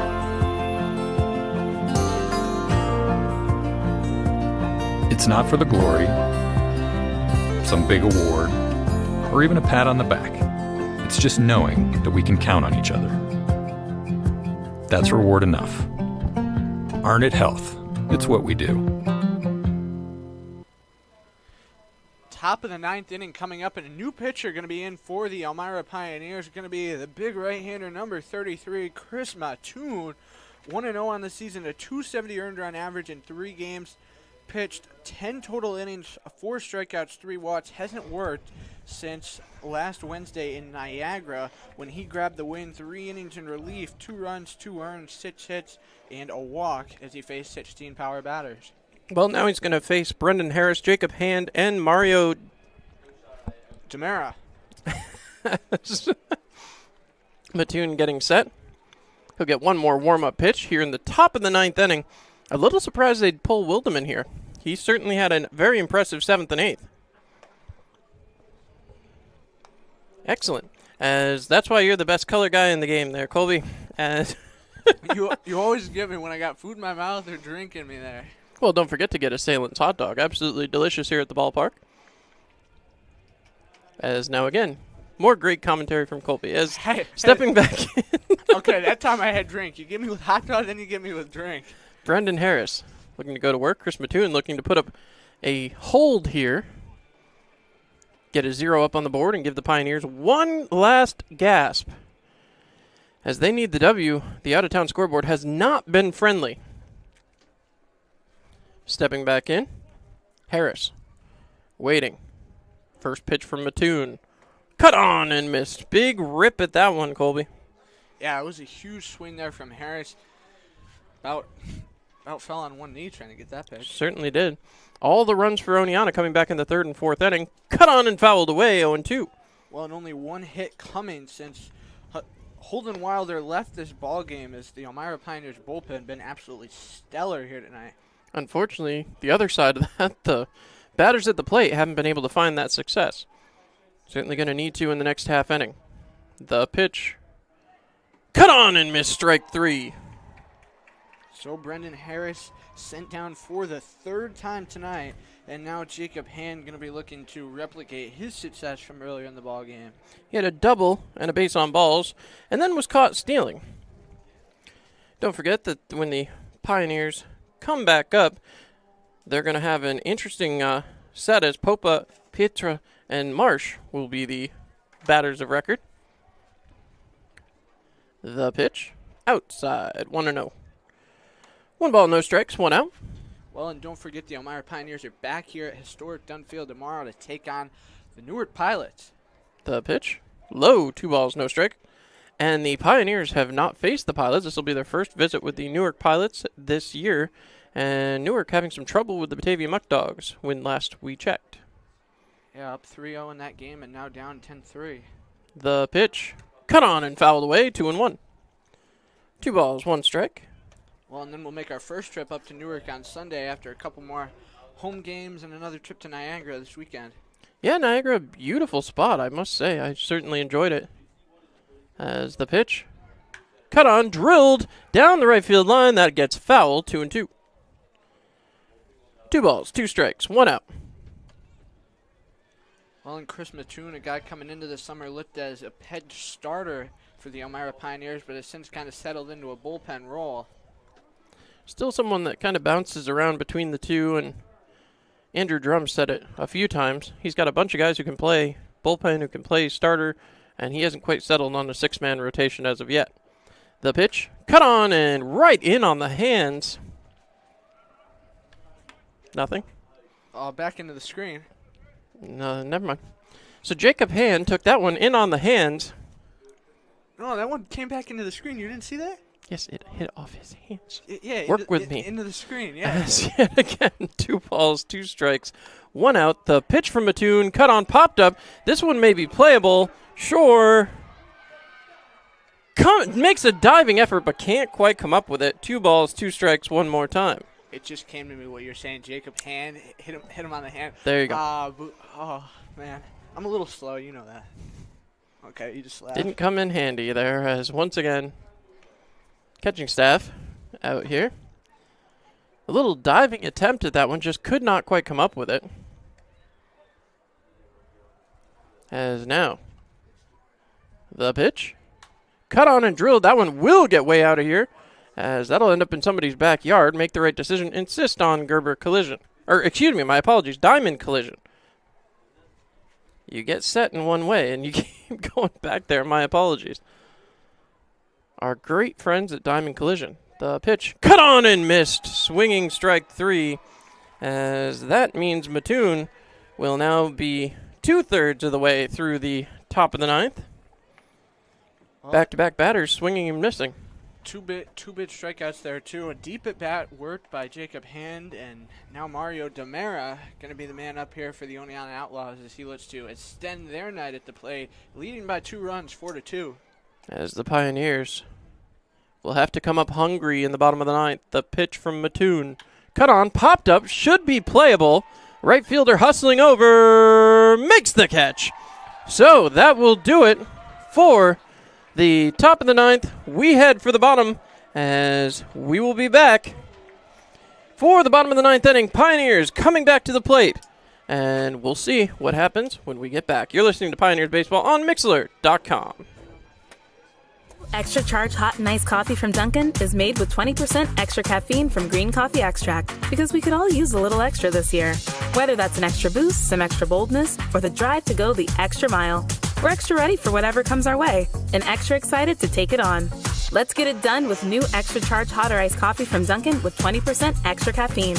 And pair it with snackable stuffed bagel minis for an added all-day boost. Order ahead on the Dunkin' app. America runs on Dunkin'. Price and participation may vary. Limited time offer. Hi, this is Marion Decker, and at the Decker Agency, we've got over 34 years experience in helping our clients get the best insurance coverage possible. We're local and we're trusted. We've built our business on the idea that customers should be treated like family. At the Decker Agency, we offer free quotes and consultations. Our clients can build their coverages to best suit their needs and budget. Please stop into our office at 416 East 14th Street in Elmira Heights, or call us at 607-734-1100 to schedule your free consultation today. And like the Marion M. Decker Agency LLC on Facebook, at the Decker Agency, we help you protect what matters most.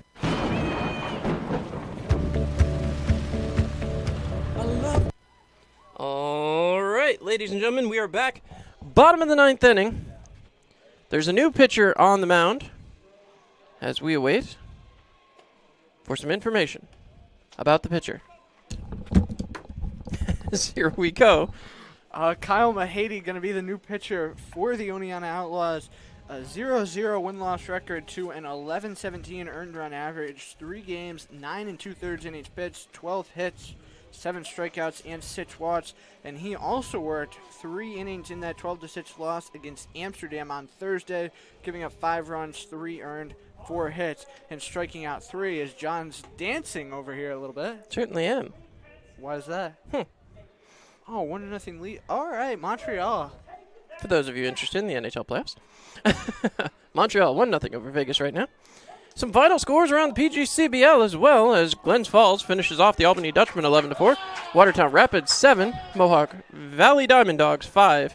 Those games have both hit complete, as the Tarp Skunks still up 8-2. The Muck Dogs still up 10-3 in the bottom of the 9th. And now the Pioneers looking to get things going. Dom Popa will lead things off. So far tonight, Popa, he grounded out twice and was hit by a pitch. So, not a lot of offense, as we're just past the middle of the order. The pitch to Popa, taken for a strike, 0-1. Well, and Mahady, no stranger to working here at Dunn Field.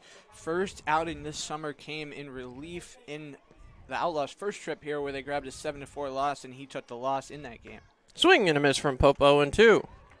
Gave up 5 runs on 6 hits. I'll see if the Pioneers can find that swing against him again here today. Mahady going to work. Outside, 1 ball, 2 strikes. Trying to get Popa to chase. Wasn't going to have it. So, righty versus lefty. Or lefty versus righty, depending on how you want to view things. Outside again, 2-2. 2 ball, 2 strike. Nobody out. And the Pioneers still trailing the Oneonta Outlaws by a 4-2 score. Been our score since that top of the 4th inning. As now, Popa waiting. The pitch. Cut on, drilled, that one gets down and fair. Popa heading around first. He will go for second, and they're claiming dead ball. So, Popa with a leadoff double. Is it in a puddle, Colby? I can't tell from my vantage point. Well, I don't know if I'd say it's in a puddle, but it's definitely rolled down And in it's that left field in a corner. puddle again. So that's a puddle? I'm being told. So, Emmeline Pitre will come up here. And again, still trying to do my best for our buddy down there. Pitre heading up to the plate. Well, regardless, it's a double for Popa. It is a double for Popa, and now, again, Emmeline, who's struck out 3 times here tonight, will look to get off that schneid. That one hurts as the Pioneers have a runner in scoring position. And again, if they can continue to hit balls into puddles, we'll be moving it right along here. Have not seen that before, Colby. Well, it's definitely been some interesting times these last couple of days. Is now Mahady going to step off, get a visit from Gunnar Johnson. I believe they're working on signs. Maybe thinking about something to put out there in center field. A little bit of room. Could do something. Well, there's still no wind here going on. There is no wind. So if you're going to hit it in a puddle, you got to hit it in that general direction. You love those puddles right now, don't you? Oneonta sure seems to, as now yet again, the Elmira Pioneers trying to find a gap that doesn't result in a puddle. As now, Peter gets set. The first pitch, cut on and missed as he's swinging for the fences. If I go back to talking about Peppa Pig, you're going to forget about the puddles again? Nope. As now again, Emmeline steps back in. He takes a long look out at the pitcher, looking for something he can do something with. He's struck out 3 times today, 0 for 3. The pitch, taken, strike 2. As that one may have been the best pitch he's going to see. We'll see. As Mahady going right back to work here. As you said, Colby, the Pioneers touched Mahady quite a bit in his last appearance here at historic Dunfield. The pitch, cut on and miss. Peter goes down for a 4th time here as the Outlaws get the first out of the bottom of the 9th. Well, now Bobby Marsh going to be the man looked upon to bring Don Popa in, and just as Emmeline Petre did up at the plate, going to represent the tying run in this ball game is the Pioneers still trailing Oneonta 4-2. Pioneers grabbed one in the bottom of the 1st inning. Mahir reached courtesy of an error, brought around by a Montgomery RBI single, and then Montgomery reached on an error in the 3rd and came around courtesy to score of an RBI double by Cam Hill, and that's been the only Pioneers runs. Well, we'll see what Marsh can do here as he gets set. A long look as Mahady gets set. The pitch, taken, in there for strike 1. No balls, 1 strike. Well, the Pioneer. Whoop. Another shout out to all our people listening here on YouTube at Mitchler tonight. Of course, thank you so much for tuning in. We appreciate you. As again, getting set. Mahady, 0-1 count. The pitch, cut on, and that one's fouled back and way out of play. That one will get outside the stadium. Another reminder to make that right decision, insist on our good friends at Diamond Collision. So, no balls, 2 strikes, 1 out, and Marsh needs to put that ball in play and get something going. Pioneers trailing by 2. Runner 180 feet from home. Taken for strike 3, a punch out as Marsh goes down staring. So that is going to bring up Chris Erickson. And the last chance here for the Elmira Pioneers, just 1 out to go on the board. You get that leadoff double from Popa down there in the left field, back-to-back strikeouts, and it just puts more pressure on Chris Erickson. Well, Erickson has a shot here. See what he can do. We know what he can do with his legs. He's just got to get a ball in play. Righty on righty here. As now again, Pioneers in need of some help. The pitch, cut on, drilled down the third baseline, popping back up over towards first. They say it's foul. Oh, Chris Erickson getting a little bit of a saving grace there. With Erickson's speed, I wondered why he wasn't closer to first base. The home plate umpire called it right away. So no balls, 1 strike, 2 outs, runner standing 180 feet from home. Long look out here from Erickson. 0-1. Big gap on the right-hand side. The pitch cut on and missed, 0-2. Well, and now Mahady just 1 pitch away from the Oneonta Outlaws' 3rd victory of the season. As the Pioneers looking, Erickson waiting, just looking to get his bat on the ball. The pitch from Mahady, taken for a ball, 1-2. 1 ball, 2 strikes. If Erickson was to reach, Taylor would be next. Erickson taking a look. A lot of room on that right side of the infield. Erickson gets set. The pitch, cut on, drilled up the middle, and a play there made by the second baseman. Erickson not able to get there, as that will do it.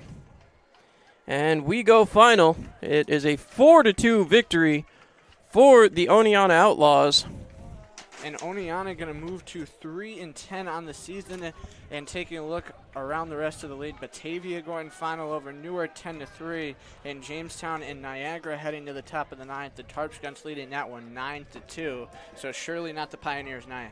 It certainly wasn't. But good news, folks. We'll be back tomorrow live here from historic Dunn Field. Make sure you catch all the action here live on YouTube or Mixler, or join us at the ballpark. Come on out. Plenty of great tickets still available.